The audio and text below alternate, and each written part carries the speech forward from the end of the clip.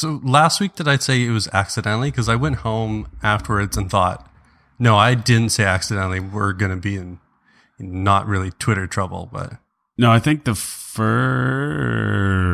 episode was the only one you was the only one you failed to say accidentally. You said brought to you by Riot Brewing, which ironically is they actually reached out and they want to be a sponsor. So that turned out to be a truth. At the time was a lie, which is my favorite kind of lie. That's what we call a good accident. Yeah. So this episode is accidentally brought to you by Coal Harbour 311 Hell's Lager. And whoa, amber is the color of this beer in front of me. Let's start this shitty show.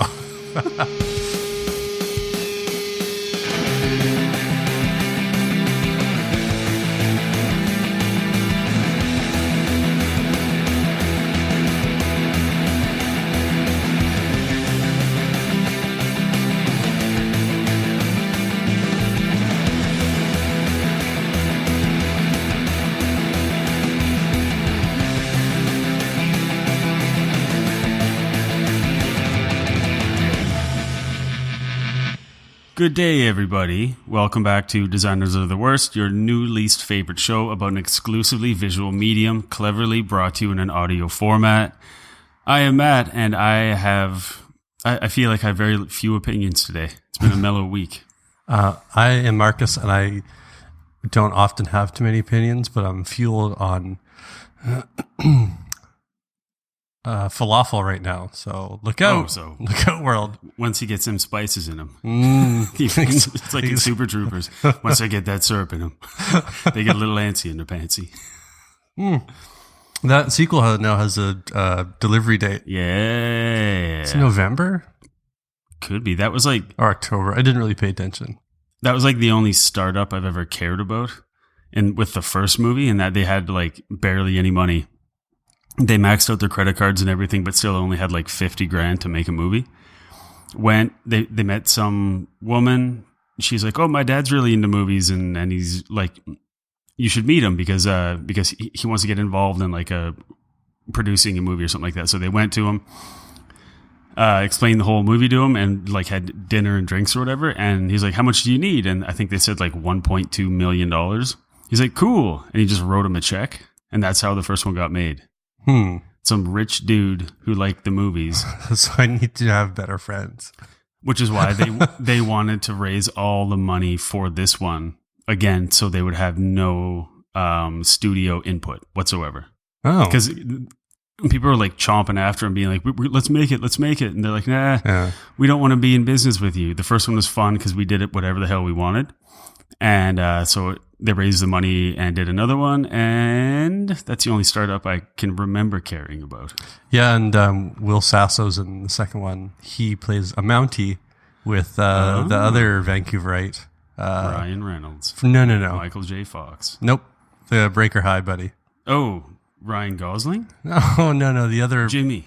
Yeah. Jimmy we were just talking about him. Yeah. So him, Will Sasso, and another Canadian who I can't remember his name either. They're the Mounties. The late Alan Thicke. Yeah. the current Robin Thicke. Oh God. That's all the famous games. It should be the other way around, but but yeah, that movie's coming out, and I wish I could erase my memory of any hype or wishing for it, because then your expectations are a little bit too high. Yeah. What, for Super Troopers 2? Yeah, it's a sequel, right? So just ignore everything. Like Ryan, my wife, she reads like it's still the same thing. You're just doing a different variation. It's not the same thing. That was more of a musical Bruno than a Borat. Andrea Bocelli version of... Ooh, Romanza. He's blind. Then how can he sing so well? But that doesn't let him stop. That doesn't stop him from singing. Just stops him from running down the stairs. Past the second step. Yeah. Then he's really fast after that one. Luckily, we have no blind listeners. So what Ryan does is goes on like AV Club and all that shit beforehand, like in the months prior, and reads all about everything and ruins everything for herself. And I ruin nothing for myself, and I enjoy most things. So So yeah, I would say just avoid everything because it's just flooded with people's opinion, and who cares? Like, it hasn't come out yet. Like 6 years ago or something, LCD Sound System broke up. And they did their last show at Madison Square Garden, and we watched it live, and it was super cool. It was like a 4-hour concert, and it was one of the best, live stream things I've ever seen. And what really confused me is James Murphy, the singer. He's like a fat guy. He looks like he could be related to like the bad guy in Pee-wee's Big Adventure, the rich kid. I forget his name. But he looks like he could be like a cousin or something. And he sang the entire concert, the 4-hour concert in a tuxedo, and not one bead of sweat on his forehead. He had to have had fans or like an air conditioner, or his suit was made out of air conditioners. Probably, yeah. It was a bulky suit. That's incredible, though. Yeah, I can't like make a sandwich without like getting a little moist. Yeah, I'm not a fat person per se, but just got that fat dick. Man, he's got that Danny DeVito dick. But like a troll's fist. What? Sure. Now I'm just picturing like all these warts and bumps. Like a scaly grapefruit. It's warded for nobody's pleasure. But based, going off of people's shitty opinions, do you like the movie Hook? I used to until I watched it in the last few years, and now I want to punch that movie in the face. Okay, so that's your problem, is that you watched it again. But that movie... Same thing with So I Married an Axe Murderer. I want to go to Mike Myers' house and choke his family out because it's a very terrible movie. Back then, very good. Yeah, see, that's the lesson. Don't watch some movies again. Yeah. But Hook has 30% on Rotten Tomatoes. And I think, sure, if you're like a older person with like, you have no imagination or no childlike wonder at the time that it was released, maybe. But at that time, that was a pretty good movie. But also, like, eat a big wiener, everybody, because that movie came out how many years before Rotten Tomatoes existed? Exactly. So it's a whole new generation with better special effects. Maybe they saw 1 hour photo and knew Robin Williams as a murderer who worked at Walmart. Maybe they were just upset that Tink and Peter Pan didn't fuck. Well, he would have murdered her. Well, she could have made a wish or something. I don't know. I don't know the logistics of these things, but he has a bunch of technical drawings about it, convincing me how it'll work, but we'll look at those after. What I was saying before with the LCD Sound System is they had their final show, announced they were breaking up. It was awesome. 6 years later, 6.5 years later, they're like, we're actually getting back together.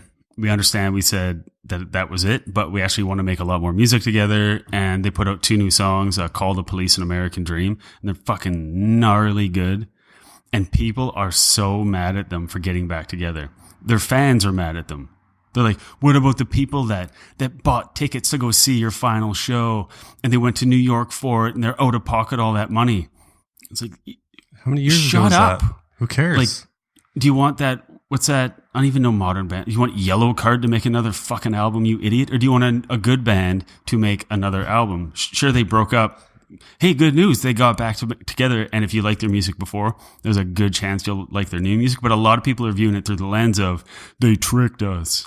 It's it's the same that like Limp Bizkit never announced that they weren't making any music together. They just stopped making music together because they stopped because it was terrible. But at the same level of like celebrities and musicians, whatever the people in the limelight want to call themselves, they don't owe anything to anybody. So anybody who's getting mad at a musician for saying that they were done and getting back together is they turned it on. They made it about themselves. I don't know how they did it, but they certainly did it. It's a talent. And the shit thing is that they're reviewing their new album, which comes out like next month, through the prism of you fooled me. Yeah. Like, okay, then you're an idiot or you care too much about nothing. But that kind of gets into the topic we're talking about today is 2 sides of one argument. Okay, I was wondering how that segue is going to go. And in our case, it is going to be designers and developers. So, and we're not talking land developers here. Nope.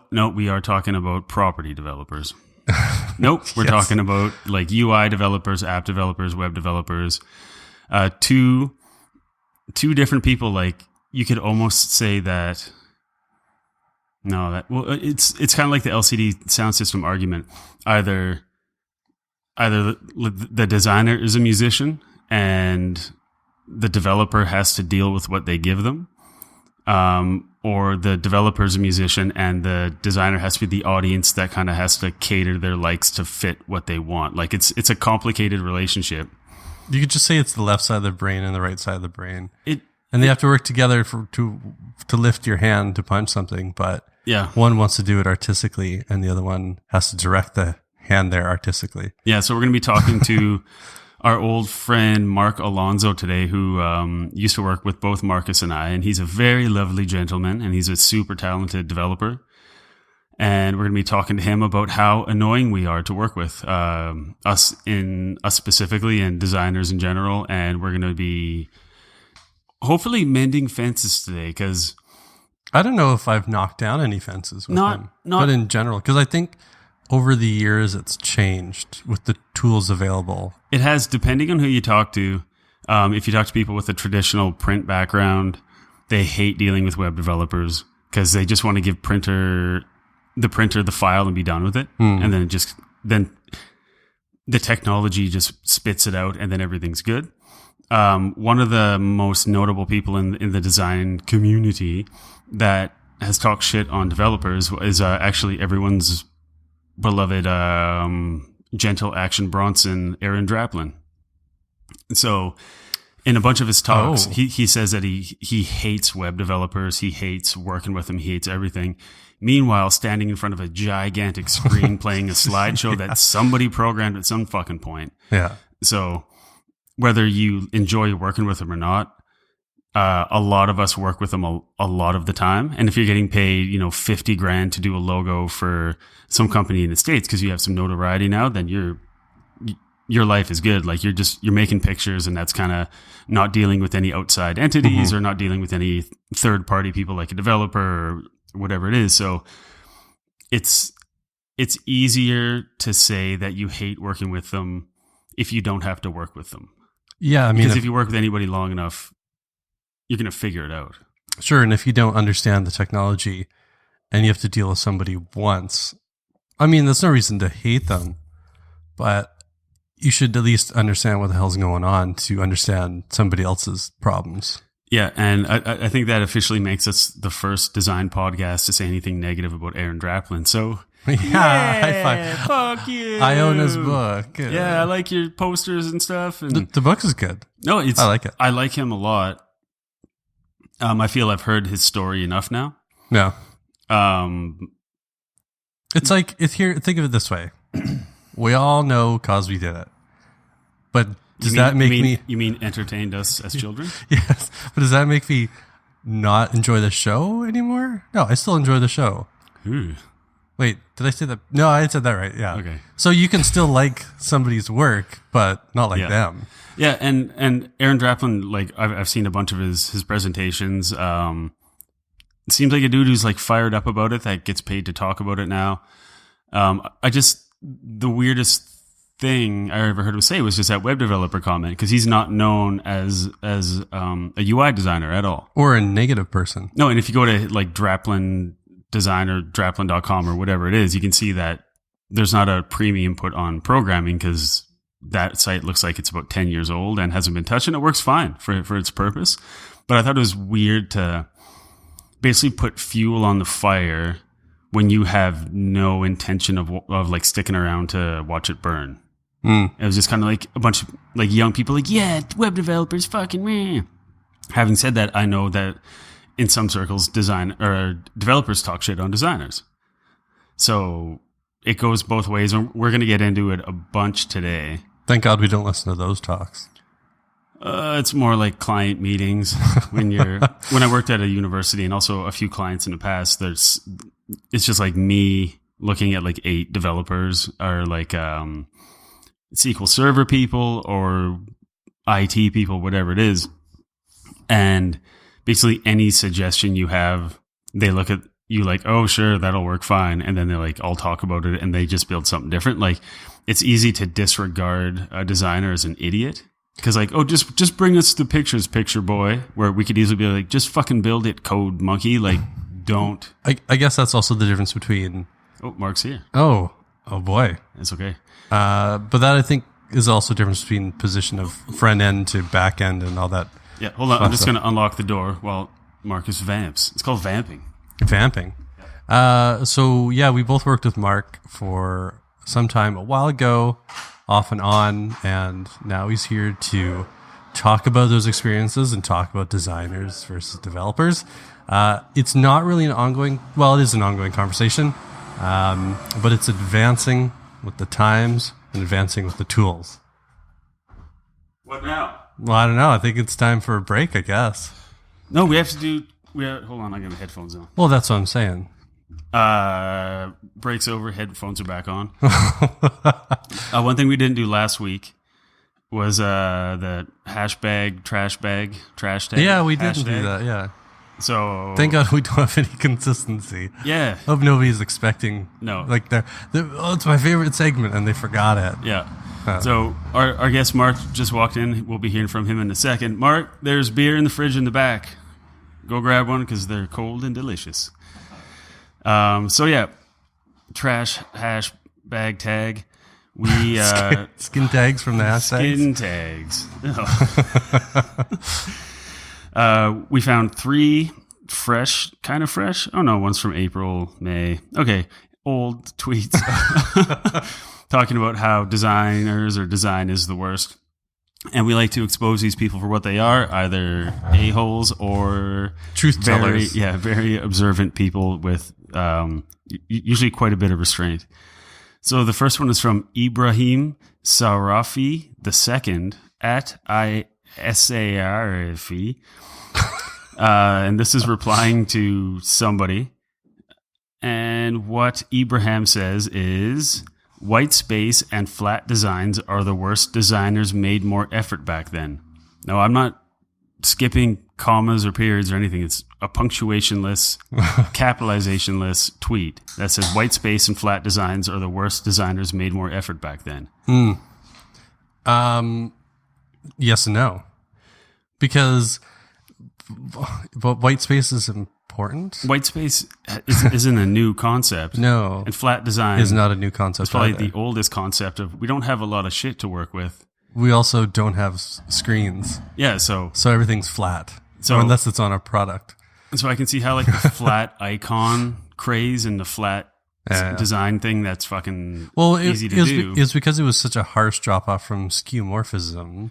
Which was, if for those who might not be aware, that if you had like an early iPhone, everything had like a leather texture or looked like a real notepad, or it's gloss, looked like something, glossy or real. That was considered skeuomorphism. Well, and then that dropped off, and then people went the complete opposite extreme and just went nothing. Which is weird that flat design didn't take off back when it was like 800 by 600 resolutions and screens could only do like 512 colors. Like that was the time for flat design. I mean, you could get away with 4 colors in an icon and like a transparent GIF and it'd be fine. Yeah. But back then they tried to like fake gradients and shit and it would just look choppy. And now we can have every color we could ever need. And we're like, nope, I'm using 2. So, but there's definitely the flat, there is trends, of course. Yeah. It's always, now it's what's Apple doing, what's Google doing. That's all. What's Google doing? A lot of it's more like type based and like very simple icon. It's not even flat. It's just like a super nothing icon with a lot of white space around it, which gives it importance and it gives it visibility. Yeah, I kind of go back and forth because I understand icons help, but at the same time, there can't be an icon for everything. And so sometimes you just have to use a word and that's just the way it is. And then, yeah. All right. So, Ibrahim Sarafi II at ISAIRAFI. You are wrong. So, on to the next one. That's like our buzzer, I guess. The next one is Stanley Wood at Hello Stanley. no trouble at all saying that. Thank God. He says, designers are the worst at explaining what they do. If you're one, how do you describe it? Exactly. Marcus? I have a hard time explaining it. It doesn't make me the worst, but it's just such a... Wait, what did he say? Is it designers are the worst because they can't describe Designers are the worst at explaining what they do. Oh, yes, 100%.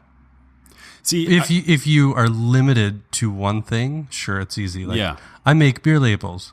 Great. That's easy enough to explain. Do you make wine labels? No. Oh, what are you talking about? Just beer. Would you design a Pop-Tart box? Well, maybe. But when your realm of work goes from physical things to apps to websites to whatever, you can't just be like, I design everything. What I have boiled it down to over the years is I say, I'm a designer. They're like, well, what kind of designer? I say, anything that has like words and pictures on it, I can put them on it. And then I'll just grab something out of the room. I'll be like, see this? Like I could lay that out and I could get that printed, or I'll just hold my phone. Like, see, I could design this app. And then, I mean, that works really well. But even having to explain, like if you were an interface designer and you said, I design interfaces, it's too generic. Yeah. Interface, what's an interface? What for?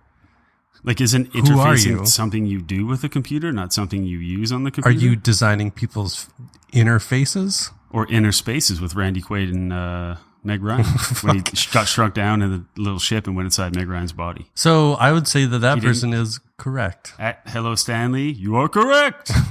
And that one had 1 retweet and 1 like. Ibrahim Sarafi II had 0 retweets and 0 likes. I'm not surprised he forgot a comment. You fucked up. The next one this one is Jason Powers and I can tell he and I will be fast friends at JJ Pow Pow. Be careful not to eat all the poison in your house. We'd hate for anything bad to happen to you. Is that the tweet? No, that's my comment. Oh, God. And he is replying to somebody at Ryan Scherf saying, at Ryan Scherf, designers with opinions longer than 140 characters are the worst. Now, last I checked, each episode of this podcast is right around fucking 2 hours long. I can guarantee it's longer than 140. It's almost longer than 140 minutes. So I wonder I shudder to think what at JJ Pow Pow thinks about us. Well, you could transcribe every episode into Twitter. It would take way more than 140 characters. They used to do that with like the Oprah show. I wonder what a transcript of this one. Does it say where it doesn't matter where that person's from. I'm going to guess the States. Based on his profile photo, I will say he looks like a man on the internet. The United States of Internet. All right.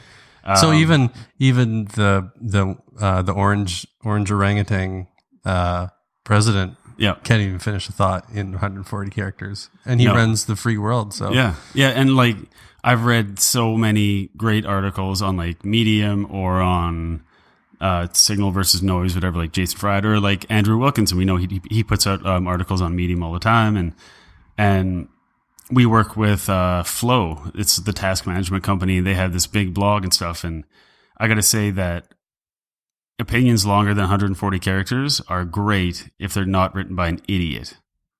Yes. Yeah. So really, if you can fit it in 140 characters, you're fucking zeroing in on one minute thing.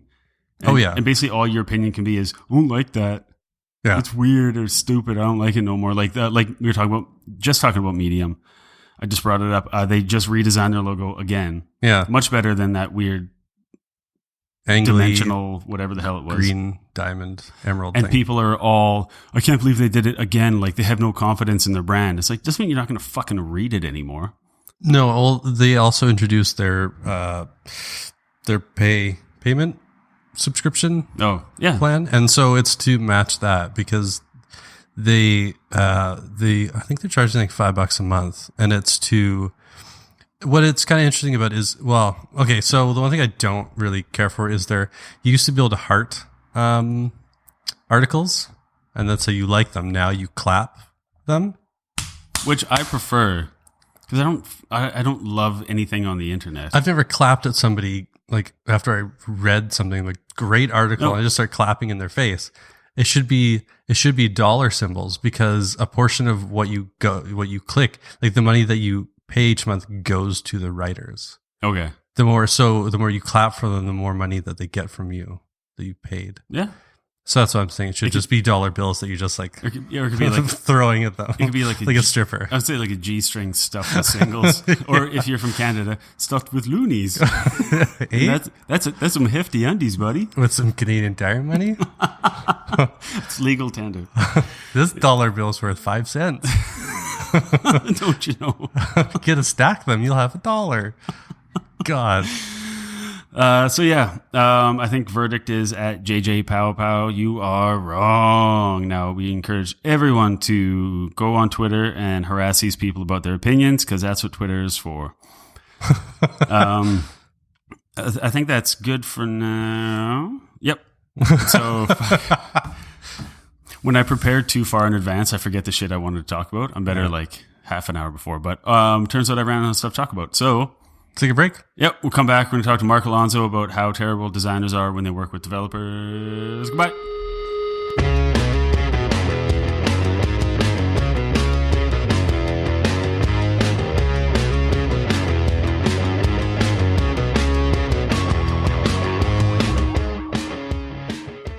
Welcome back, everybody. We're very happy to have our lovely old friend, Marc Alonzo, with us. Say hello, Marc. Hello. Hi, Marc. Ah. Hey. That's the first time Marcus has ever greeted the guest. Usually I just stare at them intently. He's a real piece of Who's shit. this new person? Rubbing the inside of his thigh. With somebody else's It's like thigh. first day in prison. But yeah, I've known Marc for like 5 years, something like that. Yeah, something like that. From the early days of Bully Design Company. Marc was our first permanent employee, and probably still the best programmer, developer, coder. What's the PC term for you people now? I like to call myself a front-end developer. Okay, he's a front-end developer. Still the best one that I've ever worked with. Marc has, like, I think Marcus and I's approach to design, where if it's not right, we won't abandon it. You just have to keep drilling and driving yourself absolutely insane until it's like, good, now it's right, now it goes off.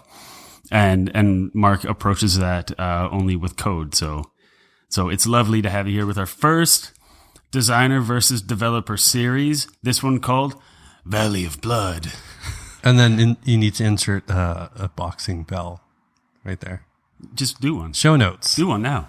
Ding, ding, ding. You know, like Bubba Boxing.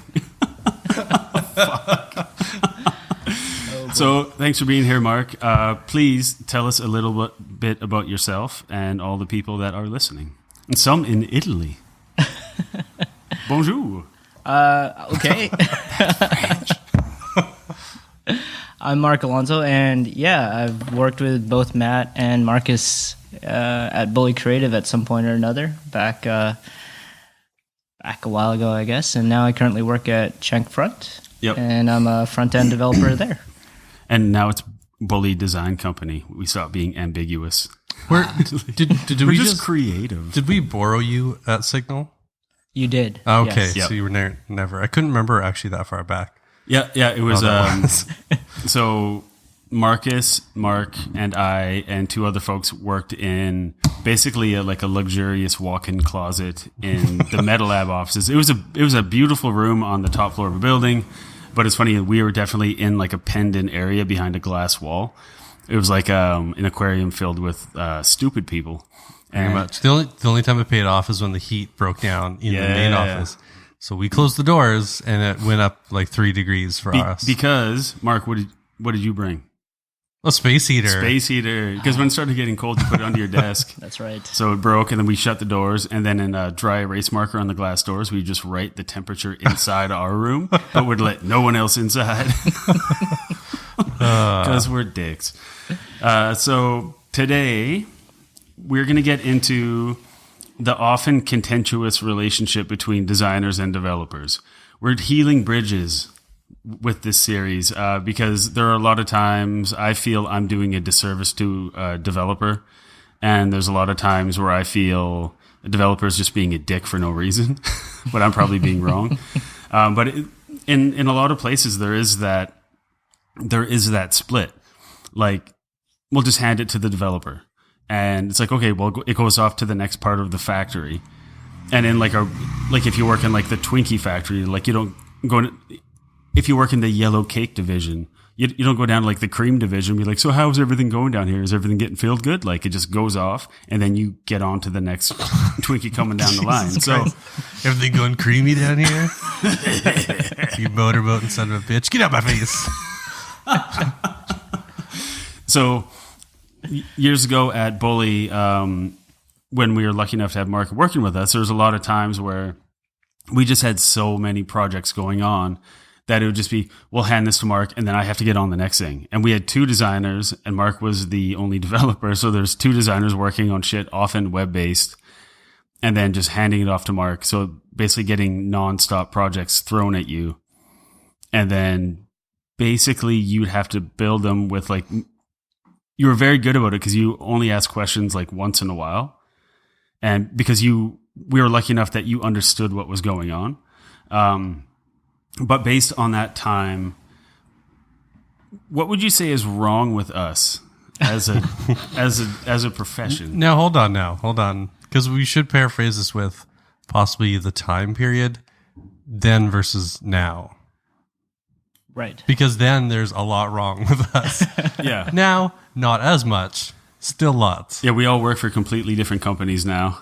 Actually, Marcus works for a company that turned into a different company that went to a different company, but it's still the same company in a way. Yes. So I've been working for the same person. Yeah. For many years now. Yeah, rhymes with paint. Like kind of perfectly. So okay, let's go back. Let's go back to your history, like getting into development and all that, before we get into what's wrong with us, because I know 2 very specific things about Mark. One is a word he used to use when he lived in Florida. It's not racist or anything. I can't remember. What was that word? He called it I'm flow. ghost. Oh, right. And the other one, which I won't tell, is his favorite Christmas album. I can't believe you remember that. I'm like a Rain Man, only without being smart. Well, I have to know what that is now. That's Mark's secret to tell. I back it. It's a beautiful album. It's an amazing album. Okay. It's like T-Pain's Christmas Holiday. Marcus will take his answer off the air. So how'd you get started in computer working? In computer working. Well, I started in Florida. I got a degree in computer science, and from there, what school did you go to? University of North Florida. Yeah, it was interesting. I started off thinking I wanted to get into games, but then I realized how much code and how much work that was. And I don't know, during class I realized that there was a lot of time spent just coding, and the output would just be a number. And so I got kind of bored of that. But in all fairness, you were programming calculators at the time, right? Essentially, yes. Yeah. Sometimes it says boobs. You just have to hold it. So I think it was the visual part of it that really got me attracted to the website development and the front end development. Is that you could sit down and start coding, and then you could actually see what you're developing. And so that's what led me down this path. And yeah, it's great because I ended up working with you guys, which was really fun. And really hectic. Oh, yeah. And everyone was underpaid, which was great. It's not like there's anybody at the top like getting fat in Tahiti. We were all taking the exact same paycheck. Yep. And it was fun though. I mean, we all learned tons. It was just like a crazy.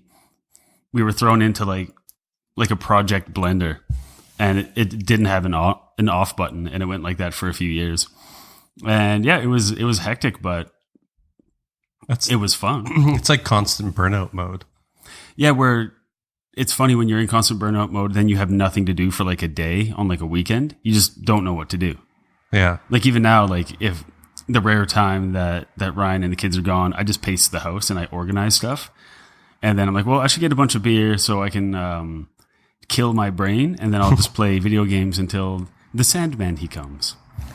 But yeah, so when we started working with Mark, we didn't have a bunch of money. So we're like, oh, this hire has to go really well. And with the first like project, we're like, oh, God damn it. This is like about as good as it could possibly go. Because that's thing, as a designer, you hear nightmare stories about hiring developers that are like, they're rude. They don't know how to talk to people. I think that's obviously the old impression of developers and like IT people in general. They're just like in the basement. Like one screen has World of Warcraft. The other screen has like shit you won't understand and they're mean to you. I think there's still a good realm of developers that are like that. Oh yeah. When I was going to school for computer science, which I did not finish because I fucking hated it. The computer lab had no windows. And so, and I was in there one afternoon and somebody came in with skin like porcelain, Alabaster. hair like ginger. So they were a ginger. So you're walking into a mirror. And God damn it. they were wearing a trench coat and blasting death metal. And they sat down and started programming. And I looked over it and was like, nope, that's not for me. And then pretty much the next day I dropped out. Well, so there is still a lot of those developers. They do exist, but they're not. They're like face for radio type people. Yeah. Yeah, like I think Night Crew. Yeah, it's funny. Like working with Mark was one of the first times I worked with somebody that looked like somebody that I would talk to normally. Like you didn't look like a weirdo. Like even now, you're wearing like are those Stefan Janoski Nike SB shoes? How'd you know? Because they're classic. And yeah, it's just like Mark could talk and joke and he like surfed and had references outside of StarCraft or whatever the fuck it is. So what's been your experience in development with like the Frodos of the coding world? Let's call them Kodos. I love working with, I guess, the Kodos. They're great to work with. In fact, I really admire them, and I wish I could be one of them. And that would make me a full stack developer. Yeah. And yeah, I totally understand what you mean in regards to computer science. I remember walking into a room and seeing something similar and thinking, is this really for me? But I guess I stuck it through. I don't know. I just like to make things work. Well, they're dedicated, but somehow they always make me feel bad about myself. Like they'll say some like internet talk for something, like some weird acronym. I'd be like, what? They're like, oh, you don't know? It's like, oh, fuck you and your ponytail. Like, now I feel like an idiot. like, how do you always beat me? It's definitely at the point where you become like that parent. We're like, I can't keep up with all your friends. Yeah. It's like, just do whatever. And so now it's like, we're going to build it in this, like, great, whatever it's called. Does it work? There we go. I don't know. I can't keep up with all the different libraries. Yeah. God damn it. There's too many of them. Yeah. So speaking of that, going back to the earlier days of Bully, when I was working with Mark every day, like you were trying out new stuff all the time, which was awesome. Like you educated me on tons of stuff I never would have known about. And I knew that you were great, not only because of the quality of the work that you put out, because you were always looking at new stuff. You didn't have like your quiver of arrows that you only used. And someone's like, hey, have you ever tried like throwing a knife? You're like, no, I'm an arrow guy. Like you're always open to stuff. And I think that is maybe a thing about the classic impression of developers is that they have their stuff and they're just not open to new stuff. It's like, this works forever and screw you. But you were super open. Right. And I think that's what helps define a good developer is that someone who's ready and willing to try out new frameworks or new tools, really, because it's an ever-changing environment, really. Like the front-end environment, like Marcus said, changes so much. There's so many frameworks out there. It's crazy to stay on top of it. I mean, JavaScript, for example, it's just there's so many frameworks and just I remember crazy. One day you were I think you'd sat down for an afternoon to learn Angular. Yeah. I believe it was because it was like, I don't know if it just came out. Be like, I'm going to see if I can learn this. And then in an afternoon, you're like, I know how to use this on a project. And it's like, sweet. Yeah. And then that happened. And then things like worked a lot faster because of it. And it's like, I can't just sit down in a day and then learn something like that. Yeah. So that's a super good point. How has it changed from when you were in school to now when it comes like approaching something new? Because now libraries and documentation are just at your fingertips. Was it harder when you started out to like learn new shit? Like even to be notified about new shit? Yeah, it's definitely helped. Like, I mean, Twitter's out there, GitHub's out there. You follow the right people. You go to the right websites. You get all that information. It's really great to be able to access that information. It's at your fingertips. And I guess experience, knowing where to look and what to use for the right projects really helps. Yeah. So, yeah, that over time, as you build an experience, as you build your like tool belt or set of tools that you use, you start kind of expanding on those tools and learning what new frameworks will fit where and when to use them, etc. It's pretty cool.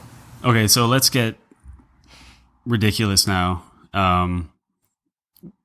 After working, okay, I'll put this on me because I don't want you to have to talk about other designers you work with. What was the worst part about working with me? And if you say my PSD files, I'm gonna fucking walk out of here right now. I'll see your PSD files. God damn it!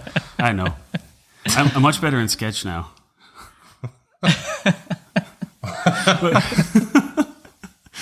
Well, once everything's approved and I just like group shit and name it, I'm like, there you go, it's fine. But I guess working in a small studio, very busy little studio, what was the hardest part about working with a designer? Name Matt. And the other person that we don't name. Just because they're not here. Yeah, well, I guess it's consistency. So, like, when you're developing something, you want things to be consistent and you want to repeat patterns. So you want to be able to repeat chunks of code over and over and over. And whenever something different is thrown into the mix, you have to create a new rule or a new bit of code to accommodate that. So if, for example, in a PSD, things are a little bespoke in one page and different in another, then it gets a little complicated and it becomes harder to maintain because ultimately maintainability is one of the things you want to keep in a program, in software.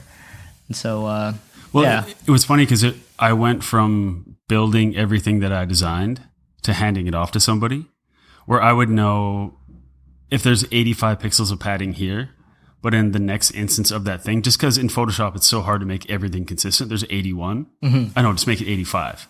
And I get developers now, they're like, hey, so I had some questions. This said 72, but over here it's 81. Do you want two different rules? I was like, no, I just want you to make them both whatever you fucking want and just use that across the board because that was me building out 12 screens and I just accidentally made that one 11 pixels away, more away than it should have been. So a lot of it is, from my perspective, the tools at the time, it was just, like I'd have to draw little vector rectangles in different sizes, and then I'd have to like hold them up in between elements to measure how far apart they were. Because you, like in Sketch, you can just hold down. I use it all the time, like Option. Yeah. And it's just like Now all my files are like everything's totally consistent. But back then, it was a drag to design in Photoshop, and you don't realize that until now. So I feel bad handing you like. Well, because 220 layers of like, I don't know, it's probably good. Because you also had to create your own guides in it, and there wasn't like a guide maker. And the fucked up thing with Photoshop it's still is you drag a guide, it can go on to 341.21 on the x-axis. It doesn't snap to pixel, which sucks because that should be an option in there because it would make it easier on everybody. But now with the grid, it's so much easier. Either like a foundation or a bootstrap. Like, do you still use any of those? What do you use for responsive? Custom. Yeah. So what I found is if you need to go responsive, then you can use a grid. But for the most part, we haven't really had to rely on a grid. Mm-hmm. So yeah. so if you, because you're also a very nice person and polite. If there's one thing that drove you nuts back then, what was it? One thing that drove me nuts. I'm not offended. I know it was a shit show. I was working like a full-time job and also working a full-time job within Bully.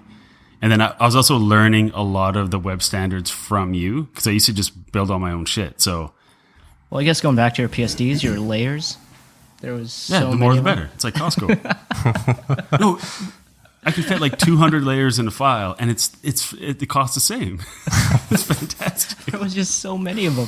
Just trying to dig down to find the layer that you were actually working on. It was pretty. I feel like I know with yourself too. I've had interactions with back then where, because you're just handing over screens, and it's like, well, how does it get from here to here? Like, is there a transition? What does this do? And at that time, it's like, yeah, it just goes up. And then it comes back down. It's like, well, how fast, how slow? Like, is it there an ease in it? Easing, yeah. And you're like, oh, well, it just does it. It's like I'm doing the 3 other projects here. Fucking, it's kind of funny. It's like when at that moment you just want it to all go away because it's like I've been working on it for like a month already, and I had the other 3 things like. So what about this part? I'm like, I don't know, fucking, it goes here and there. And then it's like, what's the easing? I'm like, whatever looks good. I don't want to be a dick. But looking back, being like even spending half a day writing it all out and going over it with the developer, it would have been much more valuable. But at that time, the projects were at such a fast pace that I was always I felt I was run off my ass at all times. And I made things harder on myself by working on things and being insular about them and then handing them off, where being more inclusive is obviously better. But yeah. I mean, it also goes to talk about the time period when there just wasn't any tools to really convey a lot of ideas. 1974. Exactly. We didn't really have much. I mean, you could use potentially Keynote to show transitions, but that was about it. Yeah, I mean, I remember when like the CSS3 transitions all came in. It's like, whoa, it's kind of just works everywhere now for the most part. And then I stupidly started learning them, and I wanted to play with them. And then, so I apologize for my PSD files. Well, thanks. Yeah, that's. But what I was going to say was, it gave me a lot of creative freedom because you guys were so busy designing the next project that you'd give me a lot of ambiguity to work with where, this transition is going to do this. So I had a lot of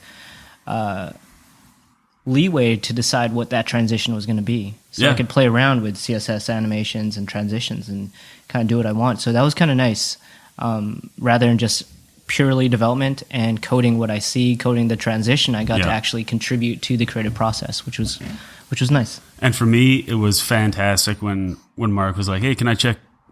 Like, do you want to check out what I got the homepage built?" I'd be like, "Cool." And he's like, "Yeah." So I was looking at it, and I thought like this could kind of fade in here and here and here. I was like, "Fucking sweet! That's great." And you're like, "If you want to adjust any of it," I was like, "No, I don't. It's done." Like, it looks great. You made great choices, and you had like the creative eye to be like, "Oh, this should kind of go here and here," and like it wasn't like all jaggy and like a strobe light, and it was all very, very fluid. So I was always comfortable handing stuff off to you because I knew you'd make good choices. Thanks. So and I could totally understand how a developer or a designer would feel like handing a project over to a developer, because I've worked with a number of developers who would take a project to the point where it's good enough versus where it's just right. And good enough just doesn't do it for me. Yeah. So it's like if the padding's not right, if the fields aren't aligned next to each other, if the spacing between the fields aren't right, it just visually doesn't feel right. Yeah, so I guess that's a definite kind of nice segue into kind of skipping ahead to the future of now, of how things are. And we can even chat about the comparisons between, say, the place I work, size of agency compared to a smaller one too with that. Because what we'll do now is and it's become pretty standard practice, is the developer comes into the like early client meetings too with everybody and looks through everything, makes sure there's no red flags, and as part of the conversation the whole way, And then after they've started doing their work, then the designers will come back in and do design reviews on their work and say like, hey, this is off. Hey, can we change this? And it's all part of the process now, whereas before it was just the wild, wild west of that sort of stuff. But I mean, that's also coming into the fact that we have kind of that runway to do that, and we have more people that are available to jump in. Whereas a smaller one... Oh, the smaller one, like us still, we've tried to hire full-time designers, and I'm just so picky. And also people lie on their goddamn, like, everyone stop fucking lying on your resume. Like, oh, I'm proficient in this, and it's just like, okay, cool. Oh, I thought it was like, oh, I designed the Audi logo. Oh, cool. You made 4 circles. Like, can you solve any of my problems? And they all say like, oh yeah, we do this and this and this and this, and then we give them a project. Halfway through, they hand in the work, and nothing is done. And they're like, yeah, so I'm still like thinking about color. I was like, don't think about color. Use color. We can change color. Color's not a big deal. Like, design something, and if we want to tweak stuff, like, that's part of the review process. Being smaller is, everything matters more to the individual, because it's like, fuck, like, we don't have anybody else working on this. This has to work now. Like, we don't have a team we can pull in. So yeah, it's more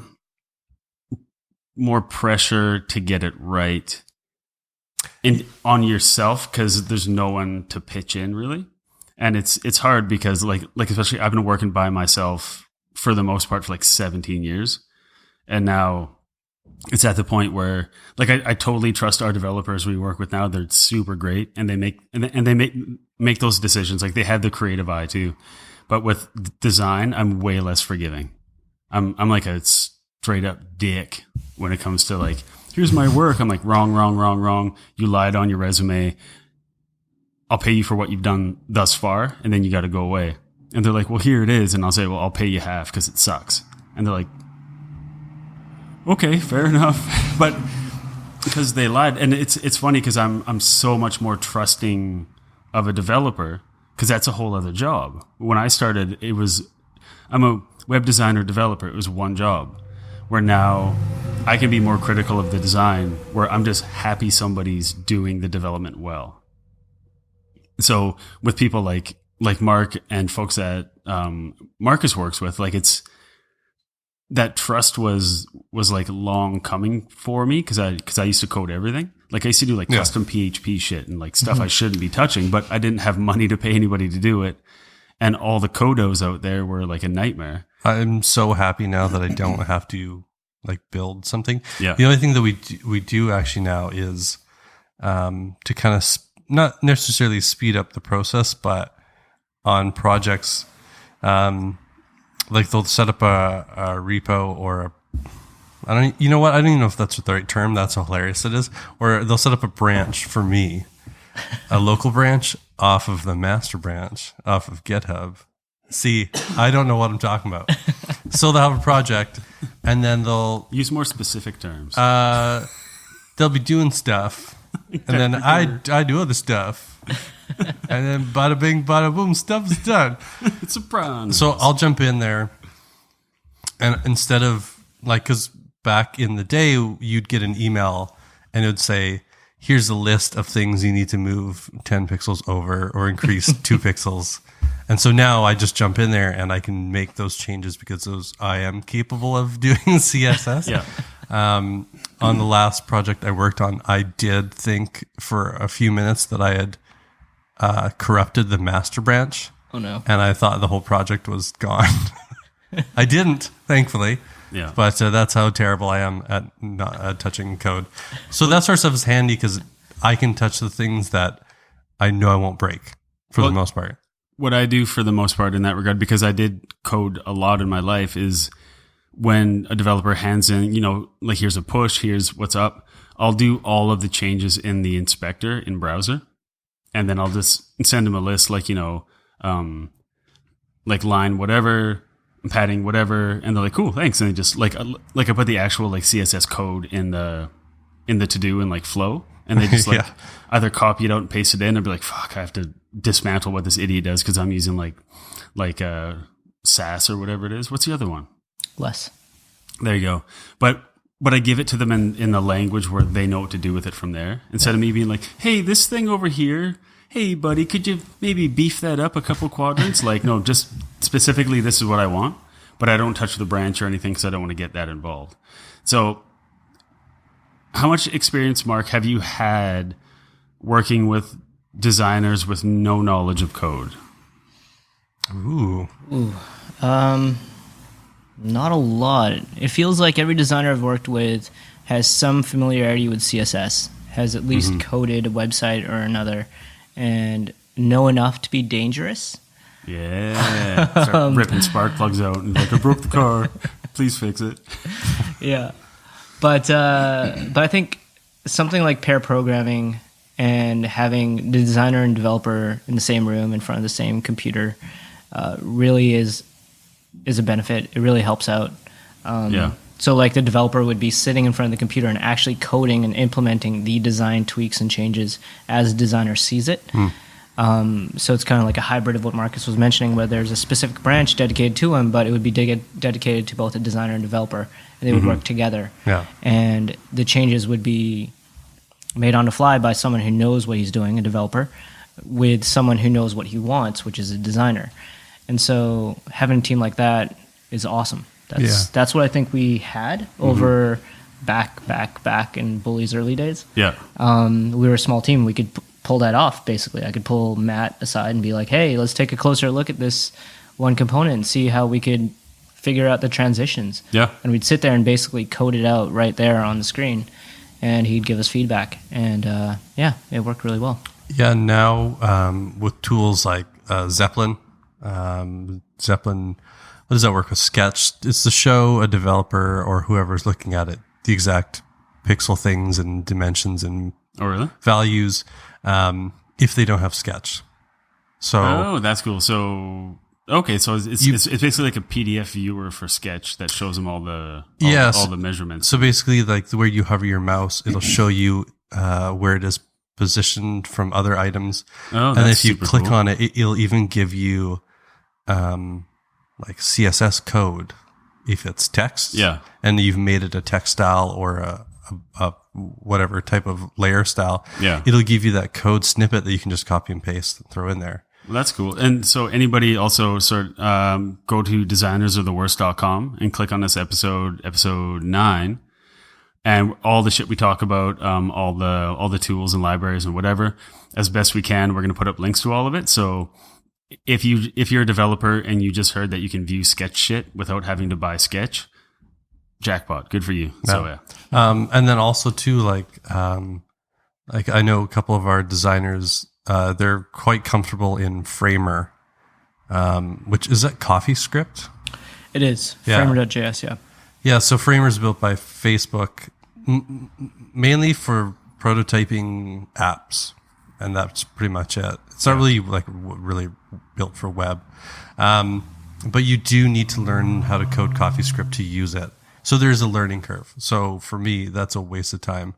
And I tried, I spent a couple days on it, and I just couldn't get anything working on it. So I use Principle, which Matt, you'll probably love. Yeah. Because it's kind of like a keynote, right? So you have one slide and then the next slide, and the same object is in two different states, and then it shows the view, and then you create when I click on this, it goes to this slide. And then you get to immediately do it, and then you can export it as a video file or a GIF, or you can send it as like a standalone app to somebody to play around with. So that is what, and we talked about it before, Adobe Experience Design does, live prototyping within. Pretty much, yeah. And then you can export it as basically an interactive website that you can scroll through. Like you can set where the fold is and everything, and the transitions and what slide it goes to. So it's Adobe Experience Design is going to be, InVision and Sketch in one. So is that what? It's a bit more robust because you can do, there's a lot more states to things, to objects, and the way it groups. And you can create repeatable elements and things. But I just use it quite often if I have an idea.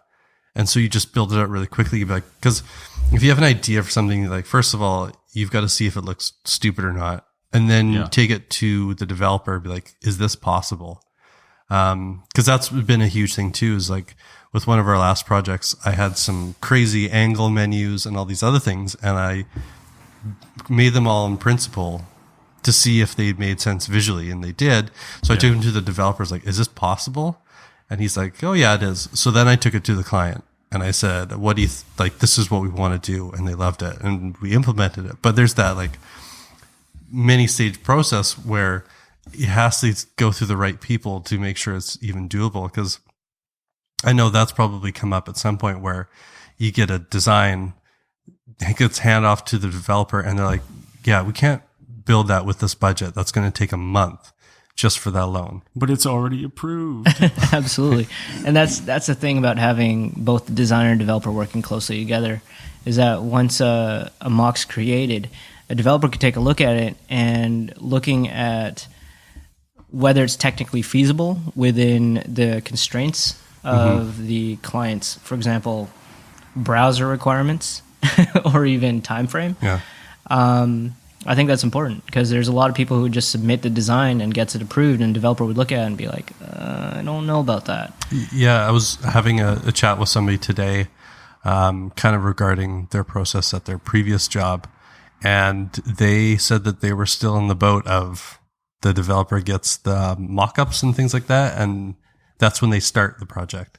And at that point, they're like, that's the first time that they've seen it, and now red flags are starting to come up and questions, and it's like, this should have happened already. Exactly. And then that creates delays. The client's unhappy because they think that stuff's going to appear and it's not now. And yeah, there's always like, it's fine that, you know, you're starting to work through things and complications come up and you can chat with the client and the developer and be like, this is what we can't do but we can, here's our kind of compromise. Yeah. Exactly. But already going through the client and they love it. And then developers now like, no. Yeah, so we talked about meetings last week, Mark, and talking about having the right people in the meeting. When have been some instances for you where you were in a meeting, like, you know, with Bully or whoever it was, and you're just like, why the fuck am I here? And because I know that must have happened, but as a designer, we don't know when something useful is going to pop up, and we'd rather not have to tell it to you secondhand. But I guess to all the, you know, UI designers out there, Mark, when is the wrong time to pull a developer into a meeting? Well, that's a tough question.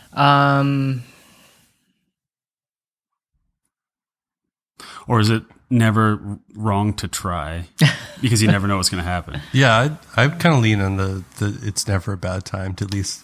Yeah, it's never a bad time. I feel like it's nice to be involved in meetings, to know at least what's going on, to catch anything before it gets too far. Yeah. For example, if we start going down a path design-wise and the developer already knows that's a big red flag, that's going to be an issue and going to be hard to implement right off the bat. They'd like to be there to catch it. Yeah. So your current position is front end. No, it's like lead senior. Lead senior. Elderly front end developer. 72 years young. No, I'm not the lead for this project. It's got the bone structure of Hulk Hogan. And I am the front end developer, I guess. Yeah, I'm the one front end developer there for this current project, site builder for Checkrun. But but it was the same thing. It was trying to get involved in as many steps along the way as possible. Earlier the better. That way you could catch any issues that might come up technically. Yeah. But then as it goes on, once you've set that foundation, you could kind of let it go and just sit back. So you work with, I guess, more back-end developers? Yes. Yay, I got it right. Yeah. If he's the only front end. Yeah. Well, there's other developer types, Side I think. end. Yeah, side end, top end, full stack developers. So, power bottom. Do you find that you share kind of those same ideas and same values that they do with projects, or they might be the opposite of like, yeah, just tell me what to do or what needs to be done, because they might not be more visually focused or visually inspired. It's true. Well, a lot of the back-end developers I found are more interested in performance. And for a front-end developer, that's also a big thing. Performance is a very big thing, but also the user experience is a big thing. And I think for some back-end developers, that really doesn't come up first. It's not one of their first considerations. Yeah. So in terms of performance for them, they're like, because your version of performance might be page load speed. Yes. Whereas their version of performance would be it doesn't break, or where it doesn't break, but page load speed is pretty general. So, for example, how fast a query would run. Yeah. Querying the database. So that contributes to page load speed as well. Yeah. So So I can say that's kind of interesting, you being almost in the middle between a designer and a back-end developer, where you have to consider everybody's requirements and desires at some point, it would seem. Yeah, so someone put it to me this way: the front-end developer is like a bridge between the designer and the back-end developers or development team, essentially. Yeah, they kind of communicate between the two. So you're like the middle of the human centipede. You're the anchor man. You're the last one that gets the taste. Without you, it falls apart. You have to pass on the information to the guy behind you, the back-end developer. Jesus Christ. Okay. No? I'd like to see somebody create a diagram for us. That would be really great. Yeah, because I refuse to watch those movies. And then give that presentation at your next corporate event. So here's where we see designers at the top of the human centipede, and back-end developers are all the way down the bottom. It's a human centipede scam. So being in between, the more pragmatic back-end developer and the more, at times, showy, kind of looking for fun front-end designer, how do you temper those relationships? You got to weigh out the pros and cons, right? You got to weigh out the technical components of it versus the flash and like how much that actually weighs or works for the end user. Ultimately, it's up to the end user. So you kind of look at it from the user's perspective. Like, does this really benefit the user? Does all this flash, et cetera, and transitions and animation does it really have to happen? Yeah. Also, does all this extra code and all this extra back-end stuff really have to happen just for this one thing? So you kind of have to weigh it out.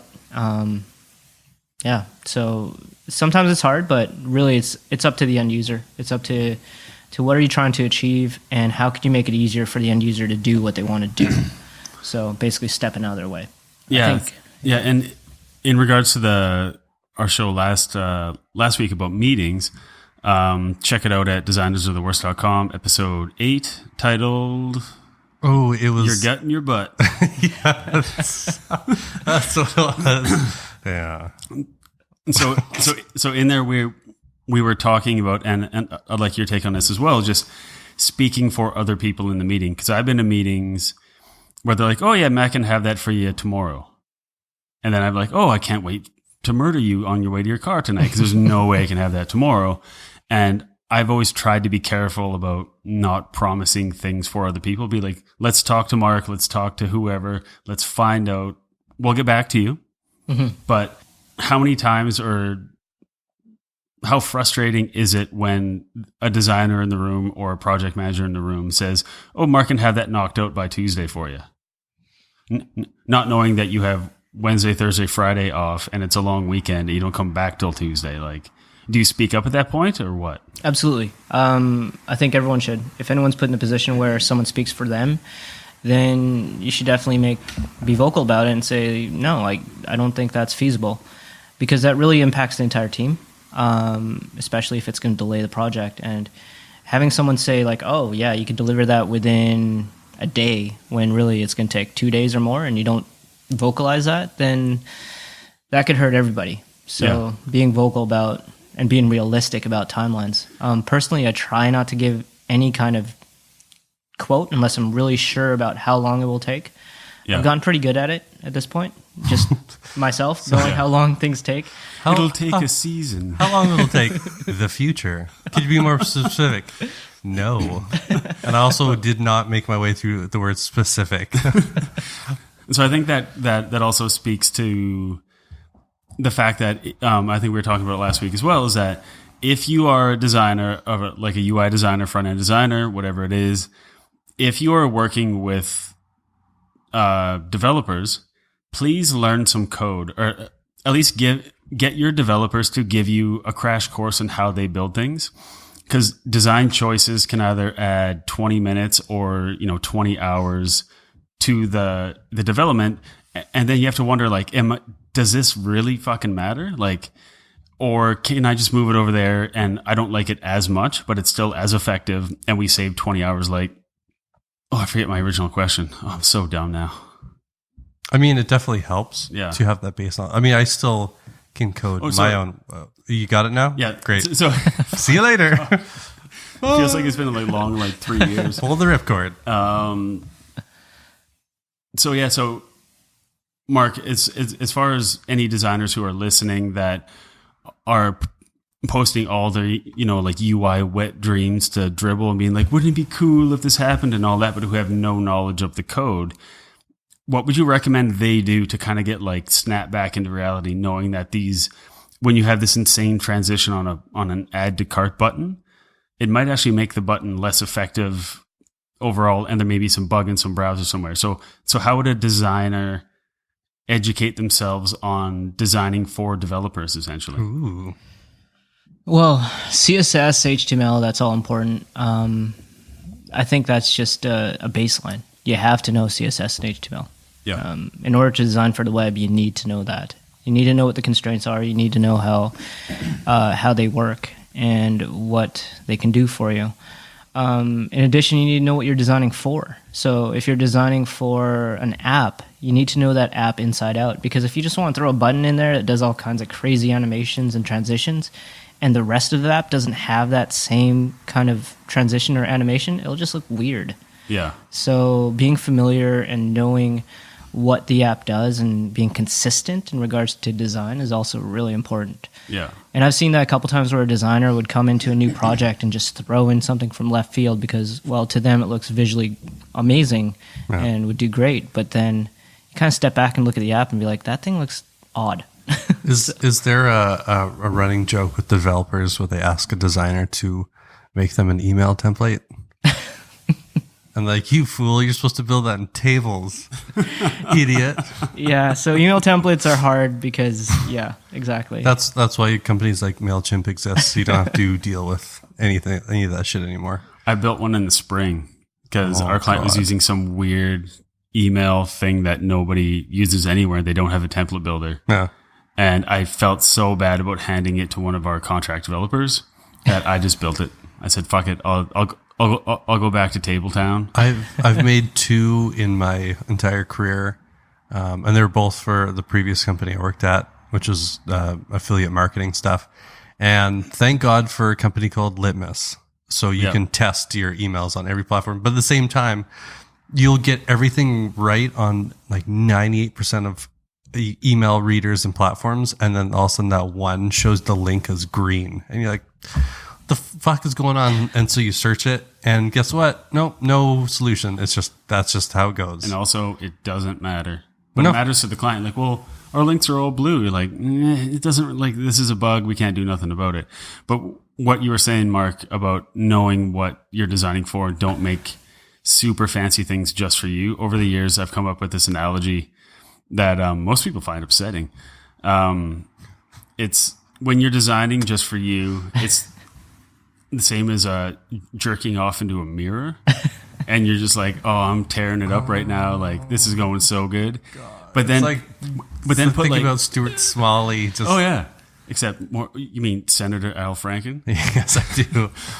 So you could take that, but then also introduce like a dozen people in the room, and all of a sudden it's no longer about you, and you're gonna run and put a robe on. Like, oh fuck, what am I doing? It's just like, step back.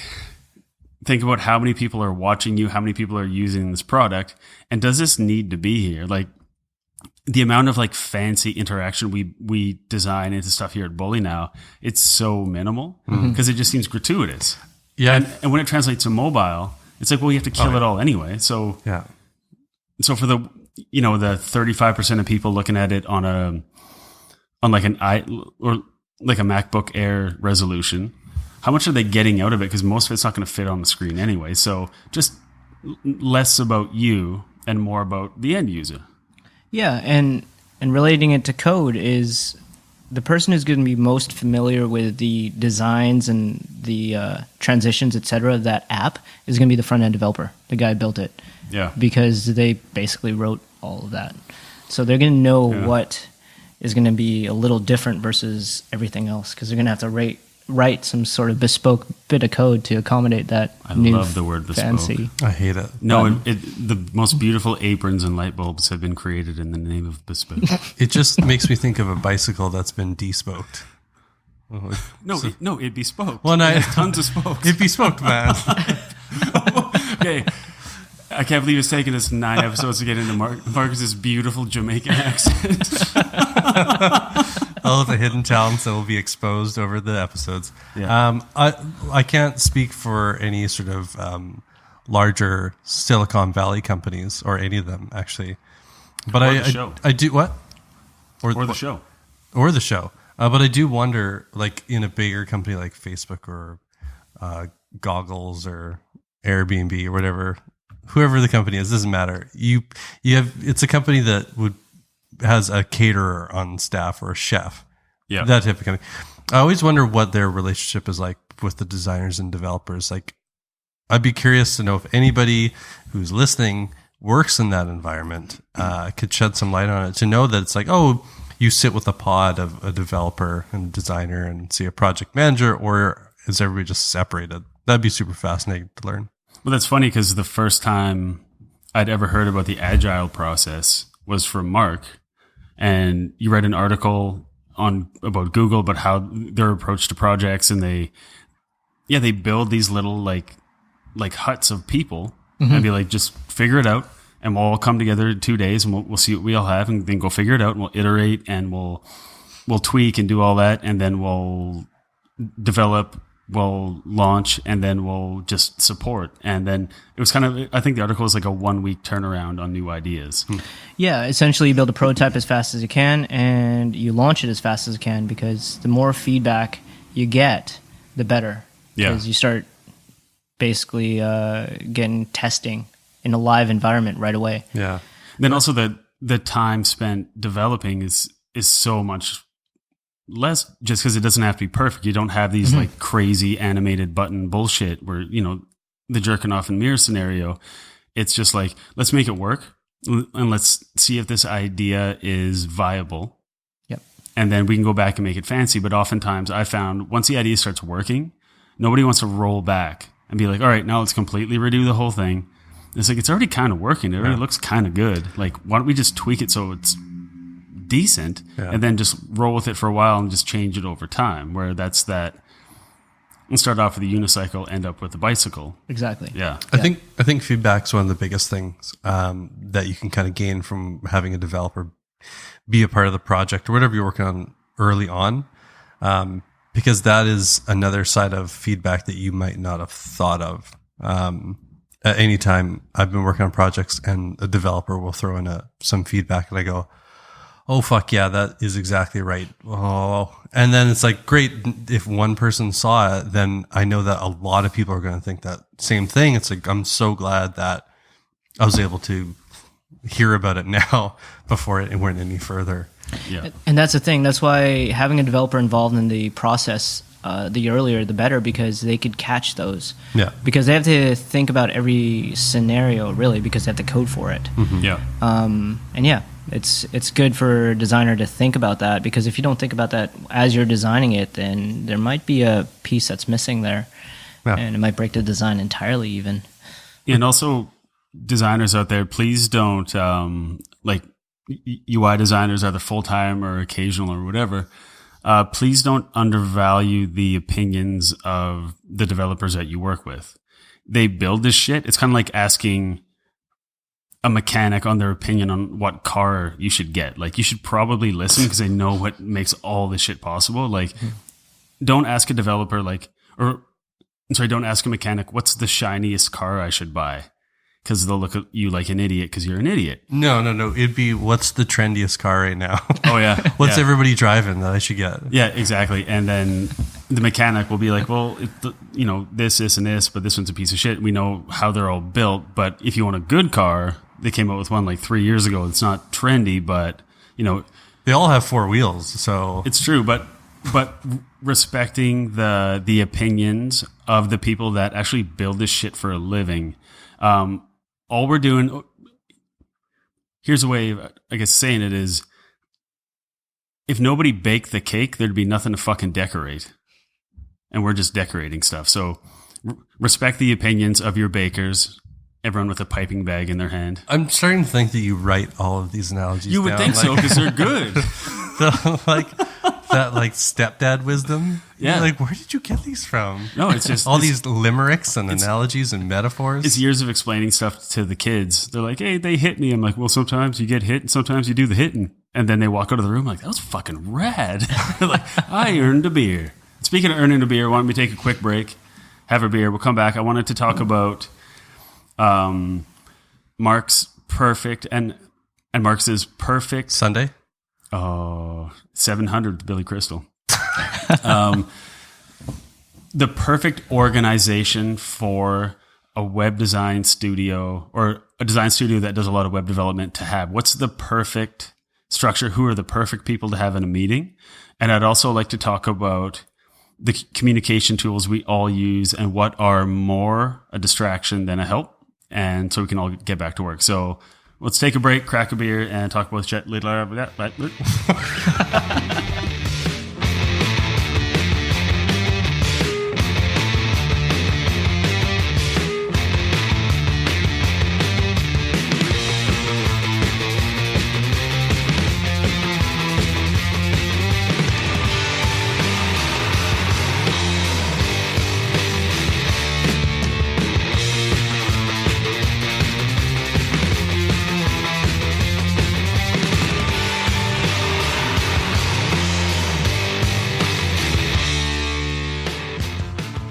You all enjoyed that musical interlude.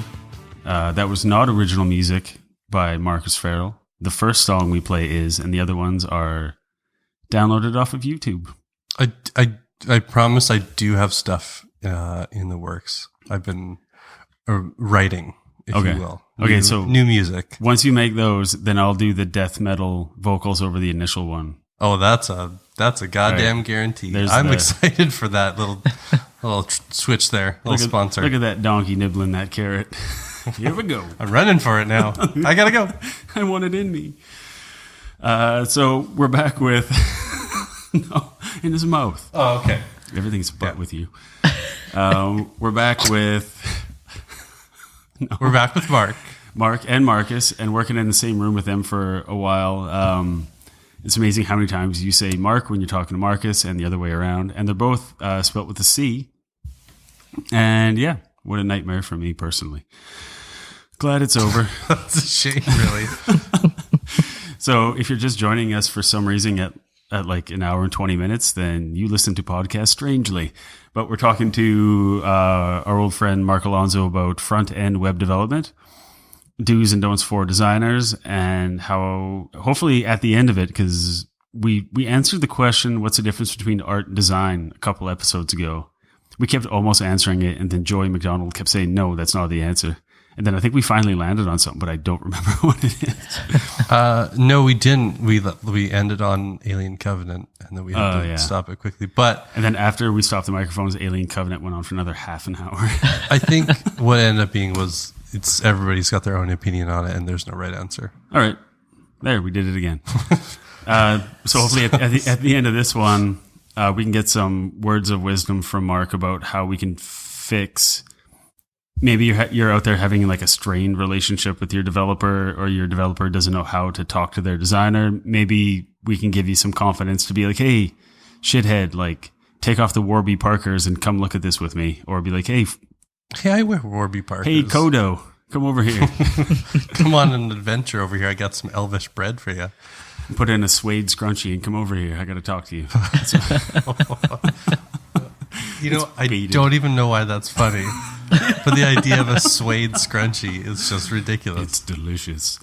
So we wanted to talk about, because everyone has a different opinion, and we wanted to know, I want to know from both Mark and Marcus, say you're in a 10-person design development studio, given the experience you guys have had, primary focus on front-end design and even app design development. Let's say that. Who are the 10 people that you need to get the job done most effectively? 10 people? Including like project managers, including like all this stuff, like in order for this studio to function, 10 or less or whatever you want. Now, are you asking about one project specific or an entire company? An entire like 10 or less person company. Who needs to be there in order to make sure the design is done properly, the development's going out on time, the designers and developers are talking to each other, people are getting new work? Because there's a whole lot of, 10 and under companies out there that are probably making a shitload of mistakes. And I think in this room we have enough experience to offer some advice on maybe you have too many developers, too many designers. Maybe for a 5-person team, why do you have 2 project managers? Like, Mark, for you, if you could build your own design development studio, who would you install in it? That's probably a better way of asking it. Right. Well, it depends. So recently we launched an app, and there was only 3 developers. There was a front-end developer, myself. There was a back-end developer, and there was a full-stack developer who basically played the role of kind of communicating between the front end and back end and making sure things were running smoothly. Yeah. So I think a 10-person team or under would be 3 developers, front end, back end, full stack, project manager, and 2 designers, 1 senior designer who basically had veto power, and then maybe 1 junior designer who would do the other design stuff that the senior designer didn't want to do. Yeah. Always a project manager, though, someone who would kind of make things run smoothly and make sure things were done within a time frame. Yeah. So that would be it. So that would be my team. Yeah. Yeah. That's interesting. You put in I wouldn't have thought to put in the full stack developer and someone who can just fill the gaps everywhere. Because it's often I think that's for me as a designer thinking, well, I would like to have a senior designer and a junior designer and someone in the middle who can handle anything, and that's from the design perspective. And that's more of a production designer, wouldn't they be? Yeah, somebody who can handle the big stuff, but also isn't bummed out on taking on smaller stuff. They're a utility player, but it's cool that as a developer you put in that full stack, basically that utility player. So, Mark, can you in maybe 1 or 2 sentences explain to me the difference between a full stack and a back end developer? It's more a personal question. A full stack developer knows front end development and back end development. So they could build a website, and they could also build a database. Are they worth the big bucks? Yes. Damn. And how are they personality wise? They're great. They're like Jekyll and Hyde. They can either be like people or cave people. See, I'd imagine type A versus type B. I don't know. Yeah. Everybody's different. I mean, yeah. I don't know. See, I'd imagine they're more like Blade. They're the Daywalker. Where they have the strength of the vampire, but they can go to the beach. And they can hang out with Chris Christopherson or go battle Steven Dorff for supremacy. Or hang out with Ryan Reynolds and Triple H. Oh, is that 2? Blade 3. That's when I started losing interest. I did watch Deadpool while I was working today, though, so... That doesn't... Ryan Reynolds. You did it. Hey. You found a way to segment them all together. Yep, they're fully segmented. Jesus Christ. So, Marcus, what about you? What would be... If you could create a small studio tomorrow, what would the roster be? So I'm going to go more conservative than Mark's approach because we're on a tighter budget. So we've got a bartender, a caterer, personal masseuse. So I've a front-end developer, 2 of them. One's a little bit more skilled than the other, so maybe a senior front-end developer, a senior designer, a production designer, 1 project manager. That's it. Yeah. And maybe somebody from QA, Yeah. because they're just as important. Yeah. So that's a good point. QA is something we hit a lot of when a developer will push without and will alert the client, but won't tell us. And then we go up and we're already seeing a bunch of errors. And we're like, why did you, we told you to tell us so we could review it. But they're like, oh, I didn't have much time, so I just pushed it. It's like, well, we could have bought you another day to do it right. But now the client's on our nuts about like, why is everything broken? And be like, oh, because we're looking at it for the first time too. And you are in an Eastern time zone and you're messaging us at 5 o'clock in the morning about why is this broken? And then by the time we get to it, it's 8 o'clock in the morning and they've already been pissed off for 3 hours. Yeah, we have a couple. No, we have 1 QA person, and they do a fantastic job of finding those issues and bugs and errors before they get to production. So how do they communicate that? Like, do they speak code in a way too, where they can speak to like a Mark and could also speak to like a you? Like, can they? Yeah, pretty much. Yeah, they're almost like everybody's kind of. I guess everybody has a position where they're connected or they're a bridge to something. And Centipede. But this human centipede is turning into like a sideways centipede too. Yeah. Or it's a triangle centipede of humans. Or it could be like in Pineapple Express when he made the cross joint. Sure. It's just an intersection of shit munching. Yeah. All right. That'll work. So like your words, not mine. I wouldn't go to say the back end developer for something. I'd go to the front end developer. But the front end developer would go to both sides, but they wouldn't go to, you know what, this is just getting too long. No, but in regards to QA though, for development, you try to write as many tests as possible. I mean, it's a bit different for a design studio that's contracting out apps or whatever. But what we try to do is we try to develop tests as we're creating components to test as much of that component as possible. So if we were to, say, change the component, then we'd run the test on that component, and if it fails, then that basically is QA, and it broke. So we try to automate as much of the QA as possible.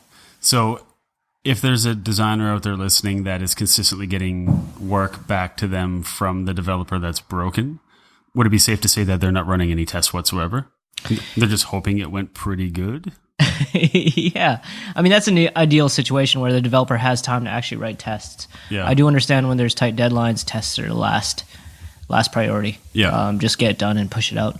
And so do you guys have like a rigid test system where like you all follow the same procedure, or is it kind of everybody has their own test arsenal that they do, or like how do you test in order to like for a designer that's maybe newer or is unfamiliar with like how a developer does a job, what could they request of somebody in order to make sure things come out clean and correct? Yeah. So essentially when you're designing something for the web, it basically comes down to CSS. Mm-hmm. So in CSS, it's basically applying classes and removing classes and making things look the way they do. Lots of inline styles. No inline styles. Damn it.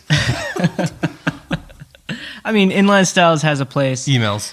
And emails, yeah. They have a place when something is exclamation point important.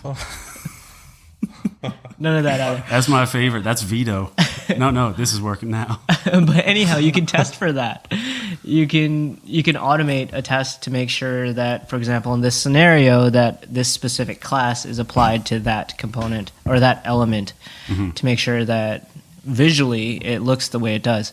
I mean, and that automates it. You could automate those tests. So before you can merge to master, in other words, before you deploy to production, you run these tests, and that's another layer of QA or quality assurance that protects you from launching something that might be buggy.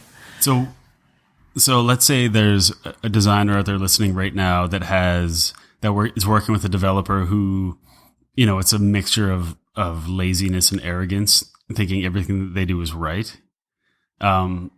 How would you broach the topic? Like, what's the safe way to bring up the test thing? Because it is going to be more work for the developer initially, but it's going to save them having to break everything all the time and have it sent back.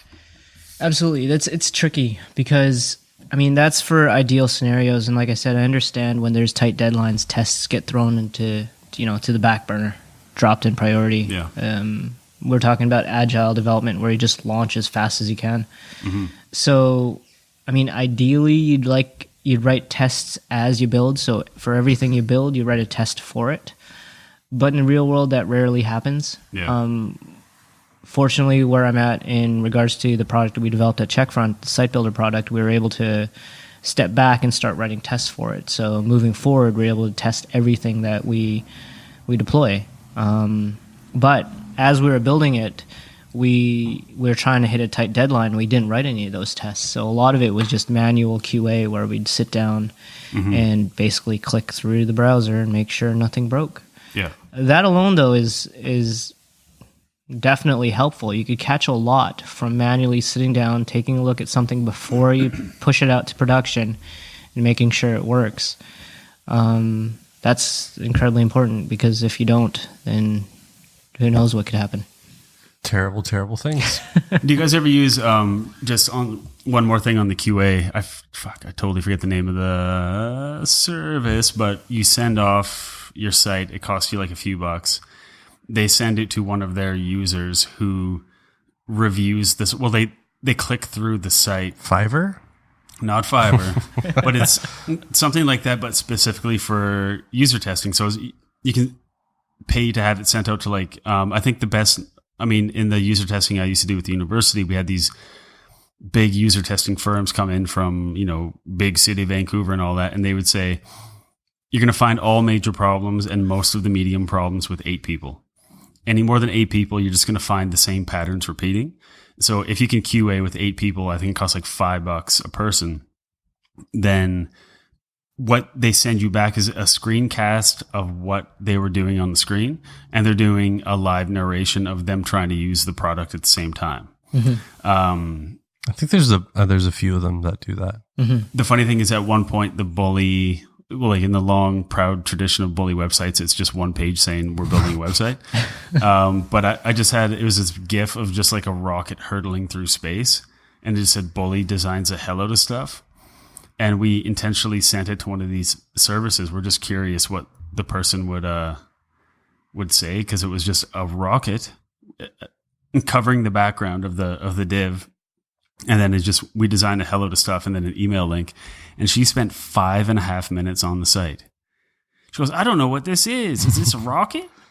I don't get it. And it's like, they designed a hell load of stuff. What stuff? And then after like 3 minutes, she's like, I guess I get the rocket now. They're like going up and it's like technology and it's progress.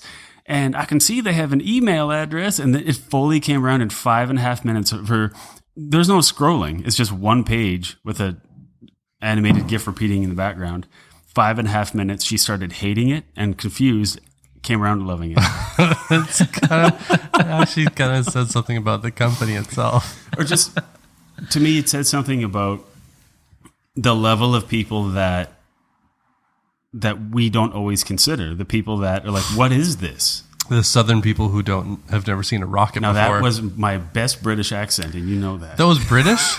No. Okay. Man. So do you guys use any QA stuff, like any service official stuff, or is it mainly in-house just QA? Well, user testing is tricky. You do want to qualify the people to be the right people for your product. You don't want to pick out some teenager out in whatever who's never going to use your product. Especially if they're underage. We have no business there. Well, unless you sign a consent form. Jeez.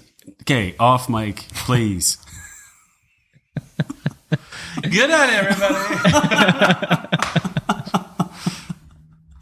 Sorry, you were rudely interrupted. But yeah, user testing is it's interesting. We did that. We had some user testing. We did an internal one, and then we did an external one with actual customers. And the feedback is interesting. Sometimes it's disheartening because some things that you think would work don't work, and some things that you thought would totally not work. But sometimes you got to rely on your gut and just be like, you know what? I want it to do that, so let's do it. Yeah, your butt. Yeah, and that's more of a design thing, really. That's totally really up to the designer. And I guess there are times where you could say we are trying something new. It's understandable they're not getting it. We have to justify why we're doing something new. Mm-hmm. But everything that we use every day now at some point was new, and nobody knew how the hell to use it. And it's hard though too, because like user testing in itself is very deceiving, because I myself have been using the internet for quite a while. Congratulations. Thank you. I received my medal the other day for consecutive years of using internet. I'm the queen. Here's your medal.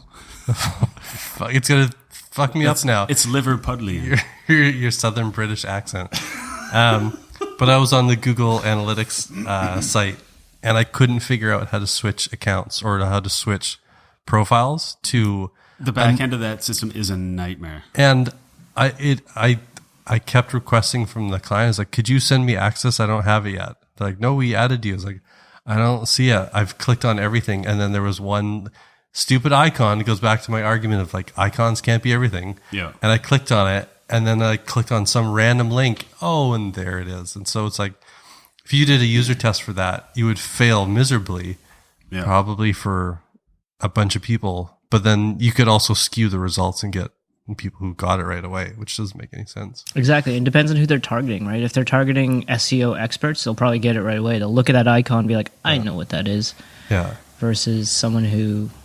I'm not a fan of just icons for a button. No. Well, they did a study, it was probably like 3 years ago, and everybody's favorite, I don't give a shit about navigation, I'm just going to do like the burger icon. Right.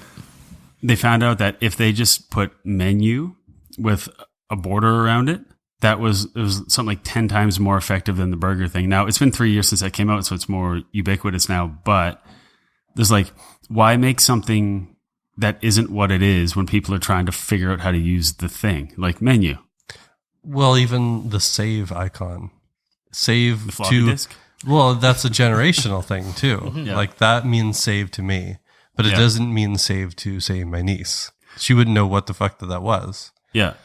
And then to me, it's just Command S is save. I don't like, even now, like on a Mac, there's like file, you have to go down to save. Everything's a keyboard shortcut. Like when's the last time outside of a Microsoft product you saw like a floppy disk for a save? Well, on like websites, we'll have them like web apps. We'll use it still sometimes. Mm-hmm. But that's a whole other thing of testing too. Yeah. So anyways, we're talking about the testing and hearing the feedback from users that are surprising and all that. And that it gets into the dealing with other people, just the last part of the development process I wanted to get in. And that is, I found that developers, and I could be totally wrong, they can go in and out of Slack all fucking day without losing a beat. But if I'm out of my creative zone, then I get screwed. But I know they can't be true across the board. I just found that Slack is and congratulations on your new website. Everybody's talking about it. It's a fucking website, whatever. But for you, Mark, I know working with you, you enjoyed the headphones on and they're like, don't bug me for a while because I got to get stuff done. So how do you communicate with, I guess, your team effectively? Because I know a lot of people want to communicate all day, and a lot of people need to just have everyone shut up. I'll check email morning, afternoon, end of the day. And so how do you approach communication? What tools?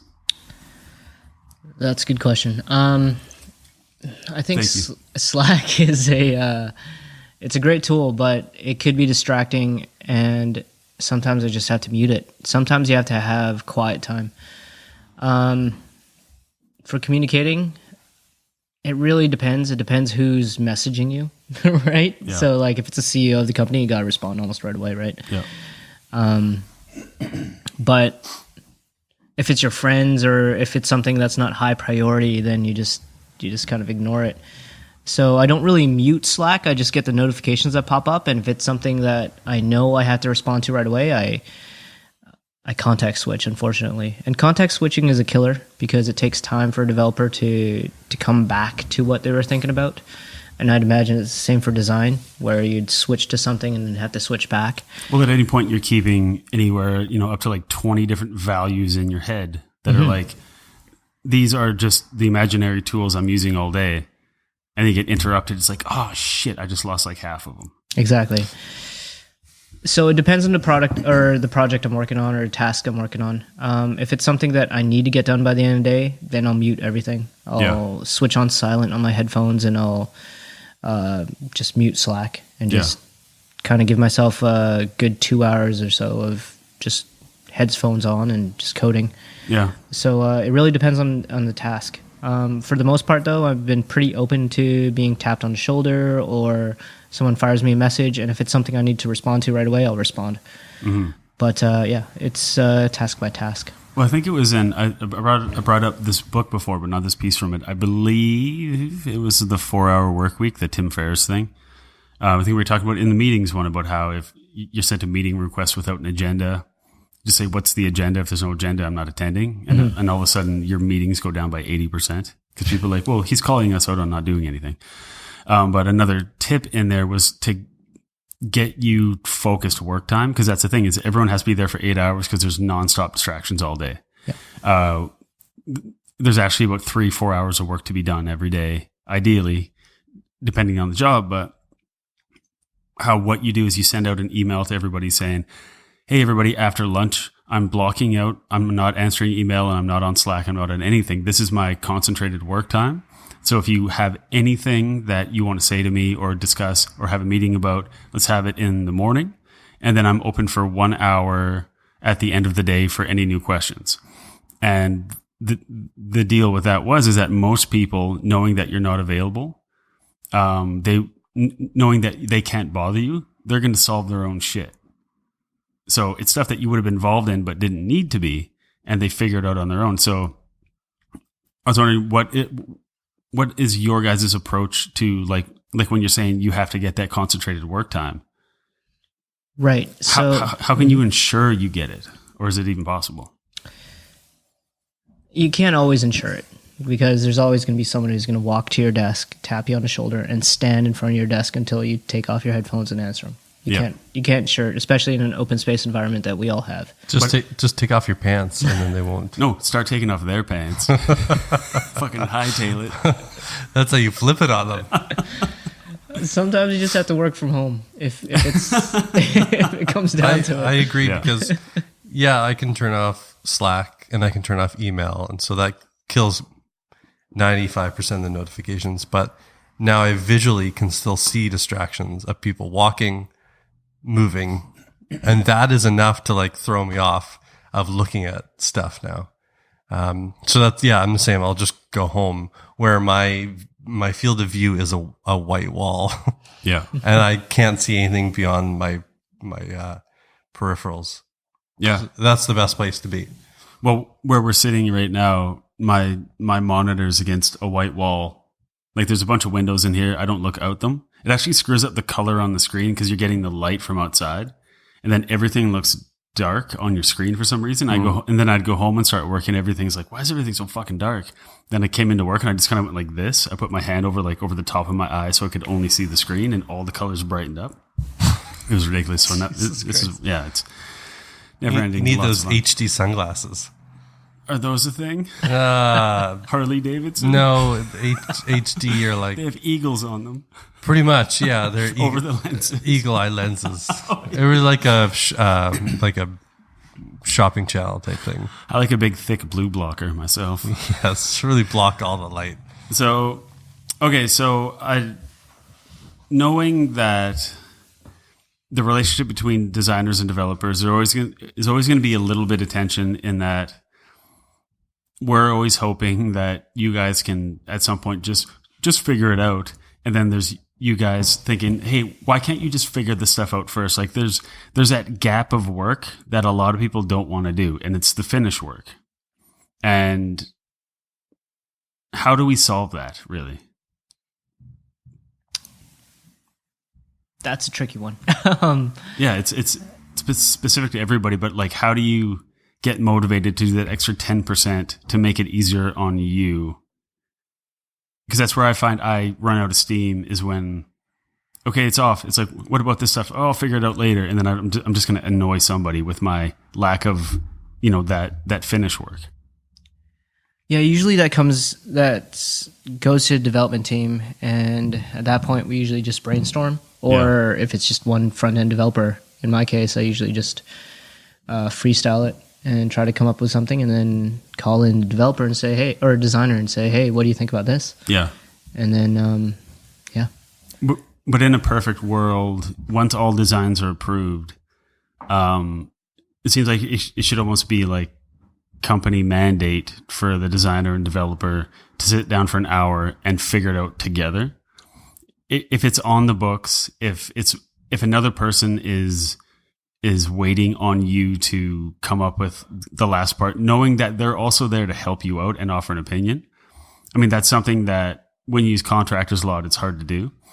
But I could either avoid a half hour of work where I'm just guessing, I'm probably going to half-ass it because I need it to get off.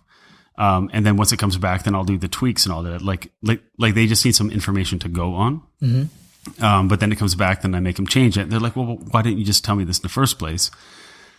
I don't think there's a way to perfect it or to figure it out. But that last bit of finish work. Yeah, go ahead. Yeah, it's okay. Everyone goes to the bathroom here. Oh yeah, you should have heard me a few episodes ago. Yeah, we're good. Almost pissed myself. Almost every episode. Yeah. But okay, so the polish. Yeah. So how do you? Because I don't know your perspective on the polish part, but for me, it often comes when I have other stuff going on, and it just. Like, you just make a decision, and and I'll tell you if it's right or wrong, but I also know that's disrespectful to the person who has to build it, because then if it's wrong, they have to fucking redo it, and that's arrogant on my part. So what's a good strategy for getting that last bit together, but also everybody, without having to write that really long email or compose it all in InVision and show them transitions? How do so an example of that came up actually the other day, where we had designed this thing, this theme or what have you, and then the developer's like, hey, we need to do these pages first, which there's no designs for, because they were the last on the list. We thought, oh, we're not going to worry about it. Yeah. I was like, oh, okay, just make this tone, use that tone, and that'll be good. And then I sat back at my desk like, nope, that's not going to be good. That's going to be shitty. So I just dropped what I was doing. Yeah. Spent 20 minutes and designed it, but didn't really give any second thought to what I was doing. Yeah. Just had full, like, this is what it's going to look like, and it's going to be fine. And you're accepting of what's going out there. And it was fine. Like, I couldn't have spent more time on it or less time to make it any better. So, and at that point, you have the whole rest of the project to reference to make decisions. Yeah. You didn't create a brand new thing exactly in 20 minutes being like, imagine if I had a bunch of shit existing I could pull from a style guide. That's exactly. I went back to all the screens I'd made, like, okay, what can we reuse? And that was it. It was done. Yeah. So with you and where you work, do developers make a lot of decisions, or just a handful? Like, it's all collaboration still. So okay. They won't just like, it depends on the project. For the most part, they'll come back and say like, oh, this is, how do you want to do this? Yeah. Or if it's a project where I'm completely hands off at that time, I'll come back in and be like, oh, we made this. It's like, fuck, that's amazing. Yeah. It's like, that is exactly what I had in my head. You guys are amazing. And so I guess the cure for the lack of polish at the end, as we were just discussing, Mark, was collaboration throughout. And then it never feels like you're lifting the whole fucking thing. Yeah, and also having enough that you designed all the way through that you could just pull from anyways. Yeah. Hopefully. But establishing conventions with developers early on about things like animation or loading graphics or whatever it is.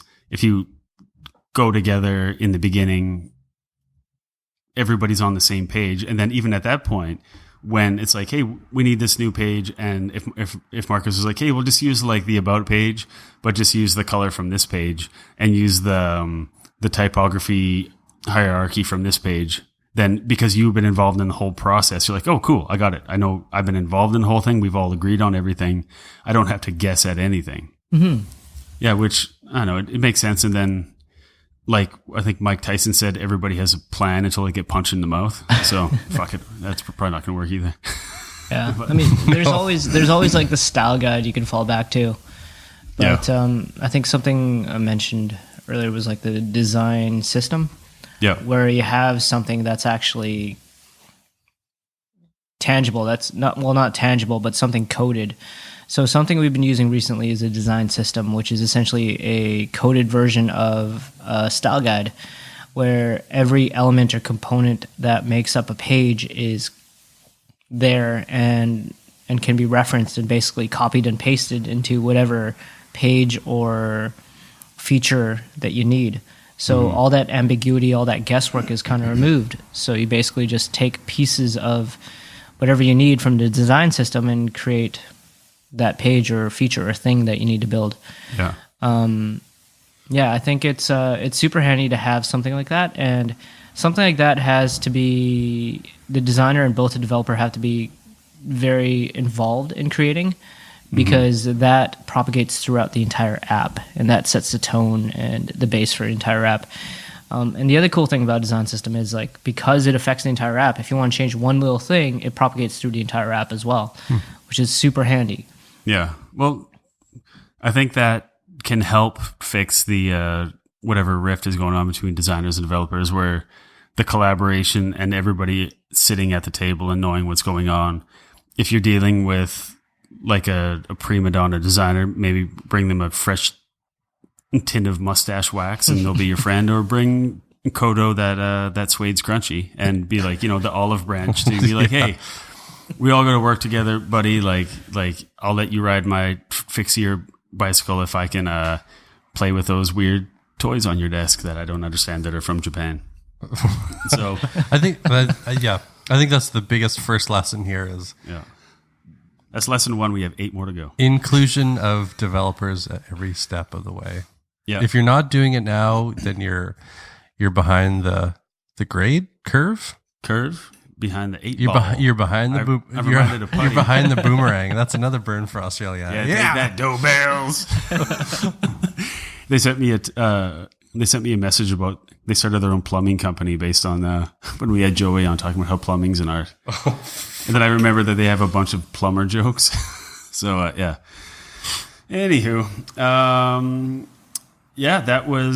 that was great. I mean, having been designing websites for 17 years now, I never sat down with even Mark like this and just purely talked about the relationship, and purely talked about what's like, after I hand you something, what goes on, and when our decision's bad, when does communication fail, when are things not being considered. And I think we all sat here and drank a few beers, so maybe grab your developer or your designer and head out for a beer or two and just talk about how everything's been going.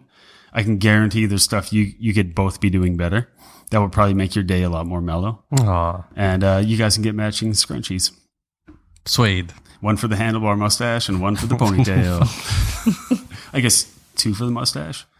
Well, only if you're Captain Lou Albano. Oh, yeah, our scrunchy. But he had them on his goatee. Yeah. Like, weird. But they were just elastics. Yeah, fucking cheap ass.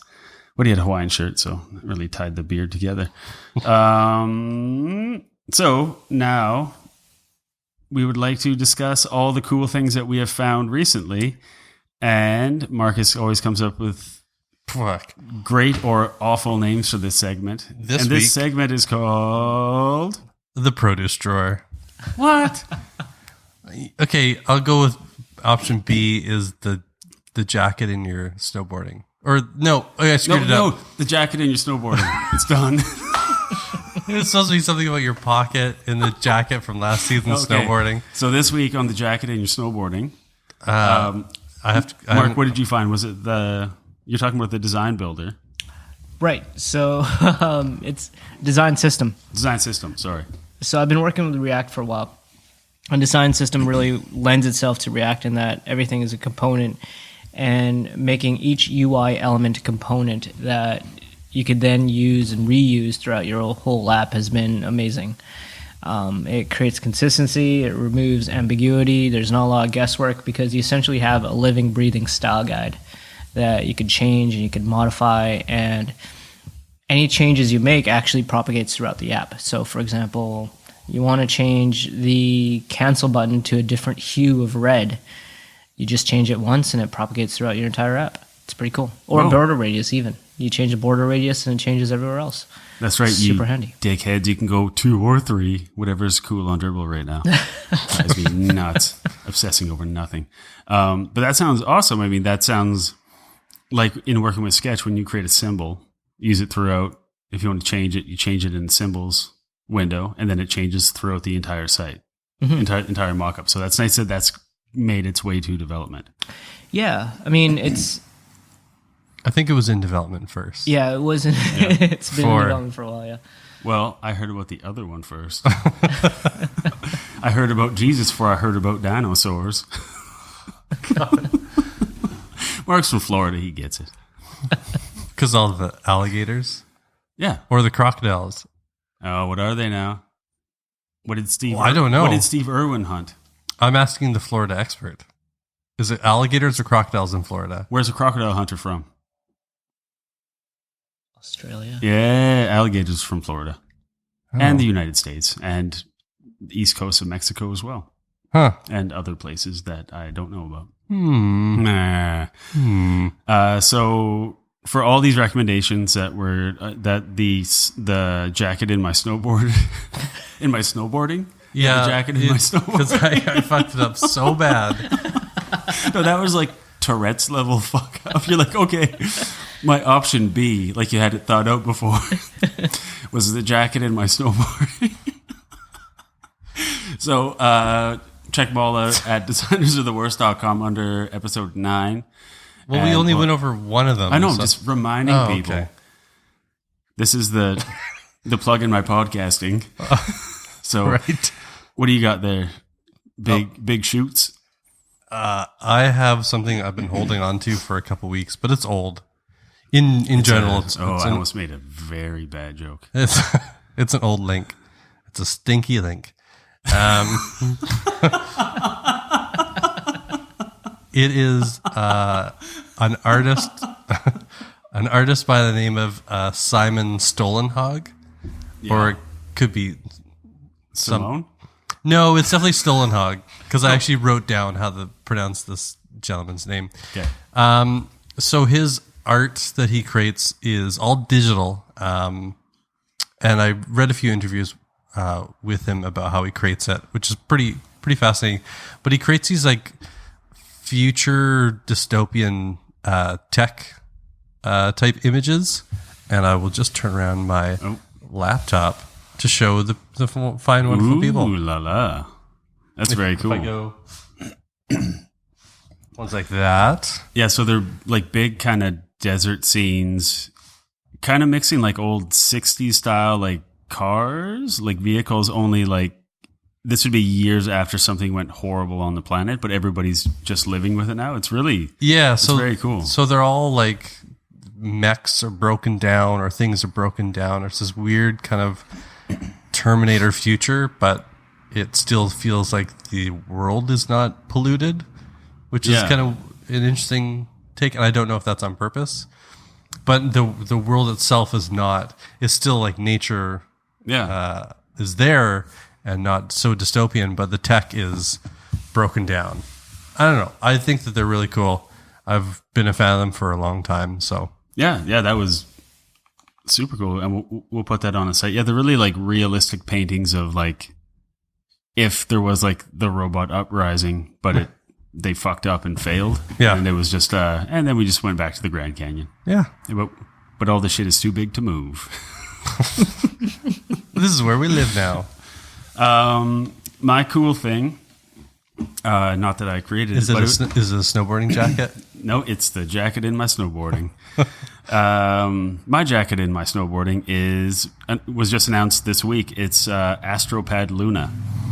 Now, for anybody that uses AstroPad, it basically, Mark, it mirrors your screen on the computer on your iPad Pro, and then you can use the Apple Pencil in like Illustrator, Photoshop, any kind of animation, any kind of anything, and you can draw with pressure on your iPad Pro in your lap over Wi-Fi, or if it's connected to the USB. And it's basically like having a sketchbook in your hand. So not drawing with like the desktop Wacom or Wacom, fucking in terminology, people.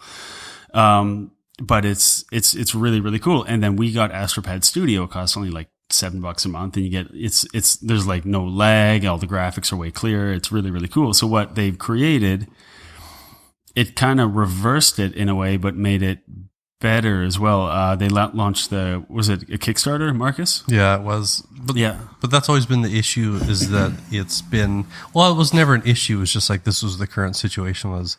That was a limit. A lot of apps were just like mirroring a section of your screen, but were never acting as its own entity. So you couldn't they never acted as a second monitor. Yeah. So what Luna is the term dongle, USB dongle. Yeah. It's a dongle, and it plugs into USB drive on the computer. It connects via AstroPad to your iPad Pro, and it might be any iPad. No, because it would still have to work with a pencil and all that. Yeah, I think or you could use it. I think it's just the Pro, but it works as a secondary monitor with zero latency, I believe, or like the most minimal, which is nobody's ever done or been able to do yet. Yeah, so because it's wireless. So, Mark, what it would be is computer hooked up here, iPad Pro like right there with my Apple Pencil all ready to go. I could have Illustrator loaded up in the iPad Pro as a secondary display. So the entire window shrinks into the size of into the resolution of the iPad Pro. Right. And you always have that live, and you can draw right in there. How it works now is you have to have Illustrator up there, and it mirrors what's happening on the screen on there. So if I was in Illustrator and I switched into email on the iPad Pro, it would show email. But now it treats it as a true secondary display, which is pretty awesome. So you have to see it working to be like, oh, I totally get it. But it's awesome. And within 1 hour, they reached their $30,000 Kickstarter goal. I looked at it a few hours after that, and it was up to 74,000. So this thing's get launched for sure. So anybody that has like a MacBook Pro or anything out there that is just like, oh, it'd be cool to have a second monitor most of the time. But I also don't want to buy one. Like, I have an iPad Pro, I have all this shit, I have whatever. It creates a secondary display with this dongle. I didn't even think about that as its kind of secondary functionality of a second monitor when you're on the go. Yeah. Which didn't even occur to me as a primary use, and not just as a tablet, but yeah, it's you don't have to use it with Apple Pencil or anything. You can just use it to have your email up, and then if you want to put Illustrator in that window or Photoshop or whatever you want to do, then you can draw on it as well. So it turns it into like a big Wacom like Cintiq thing, only super portable and all the power of the regular iPad Pro. So it's really smart. It's called AstroPad Luna. We'll put the link up on designersoftheworst.com. And yeah, that was it was a cool discovery this week in the email. So I'll be getting one of those when they launch. Now, everybody can go to Instagram and go to @LeechTown and say, go straight to hell for making them do this every week. He requested that we read the entire script to Casino. So every week for the next 38 years, we're going to be reading a small piece of the 3-hour film Casino. And I realized when I read a paragraph of it last week, I skipped the intro paragraph. So @LeechTown, go there and thank him. We're doing it again, and we're adding more. Are you doing it like from the very beginning? Yep. Oh, Jesus. So, exterior, Casino. When you love someone, you've got to trust them. There's no other way. You got to give them the key to everything that's yours. Otherwise, what's the point? And for a while, I believe that's the kind of love I had. Before I ever ran a casino or got myself blown up, Ace Rothstein was a hell of a handicapper. I can tell you that. I was so good that whenever I bet, I could change the odds for every bookmaker in the country. I'm serious. I had it down so cold that I was given paradise on earth. I was given one of the biggest casinos in Las Vegas to run, the Tangiers, by the only kind of guys who can actually get you that kind of money, $62,700,000. I don't know all the details. Nicky Santoro. This is a two-parter. Acting. Matter of fact, nobody knew all the details. But Leechtown. But it should have been perfect. I mean, he had me, Nicky Santoro, his best friend, watching his ass. And he had Ginger, the woman he loved, on his arm. But in the end, we fucked it all up. It should have been so sweet, too. But it turned out to be the last time that street guys like us were ever given anything that fucking valuable again. At the time, Vegas was a place where millions of suckers flew in every year on their own nickel and left behind about $1 billion. But at night, you couldn't see the desert that surrounded Las Vegas. And you'll have to wait till next week to see what happens next in that 20-year-old movie. Again, go to @Leechtown on Instagram and thank him for this journey. That maybe when we finish this, we can do Dune. Oh, I haven't seen it, so that'll be really fun for me. Oh, I can picture it in my imagination-scape. So we like to end every show by asking our guest, this week the lovely Marc Alonzo, after all the years of developing and working with designers, working with developers, clients, project managers, bosses, all that, why do you still give a shit about this job? Because at the end of the day, I like to solve problems. I like to solve problems for the user. So make things easier for them to do what they need to do. So that's why I give a shit. Cool. That makes sense to me. Check us out online on all the social media things that we're probably on. It's @Worst Design Show. That's only because Designers Are the Worst was too long. This isn't the Worst Design Show, despite what everybody thinks. Find us on the internet website portion of the internet at designersoftheworst.com. If you want to sponsor the show, we haven't talked about people sponsoring the show in a long time. Oh, yeah. Message us and send us a can of tennis balls or like a dead body, and we'll positively review it, provided you give us something. Yes, we have one potential interested client with his Riot Brewing. Yeah, and it's a 45-minute drive away, but I think it's going to be well worth our time. Oh, I'm going through there this weekend. All right, I'm going to stop in there. Riot Brewing, we're coming for you. I picked up Growler from them a couple weekends ago and finished all that beer that same night. And it's a cool little brew pub brewery. Yeah, it's the jacket you're snowboarding if you like beer. It's the couch into your murals. All right, thanks everybody for checking out the show again. We managed to make 2 hours and 10 minutes. Fuck. It's going to be like the Bible at the end. It's going to be way too long to get through. But thank you very much, Marc, for being here. Thank you, Marc. Appreciate it very much. And remember that making pictures for a living ain't that bad. And if you think it is, then you're the worst. Fuck you!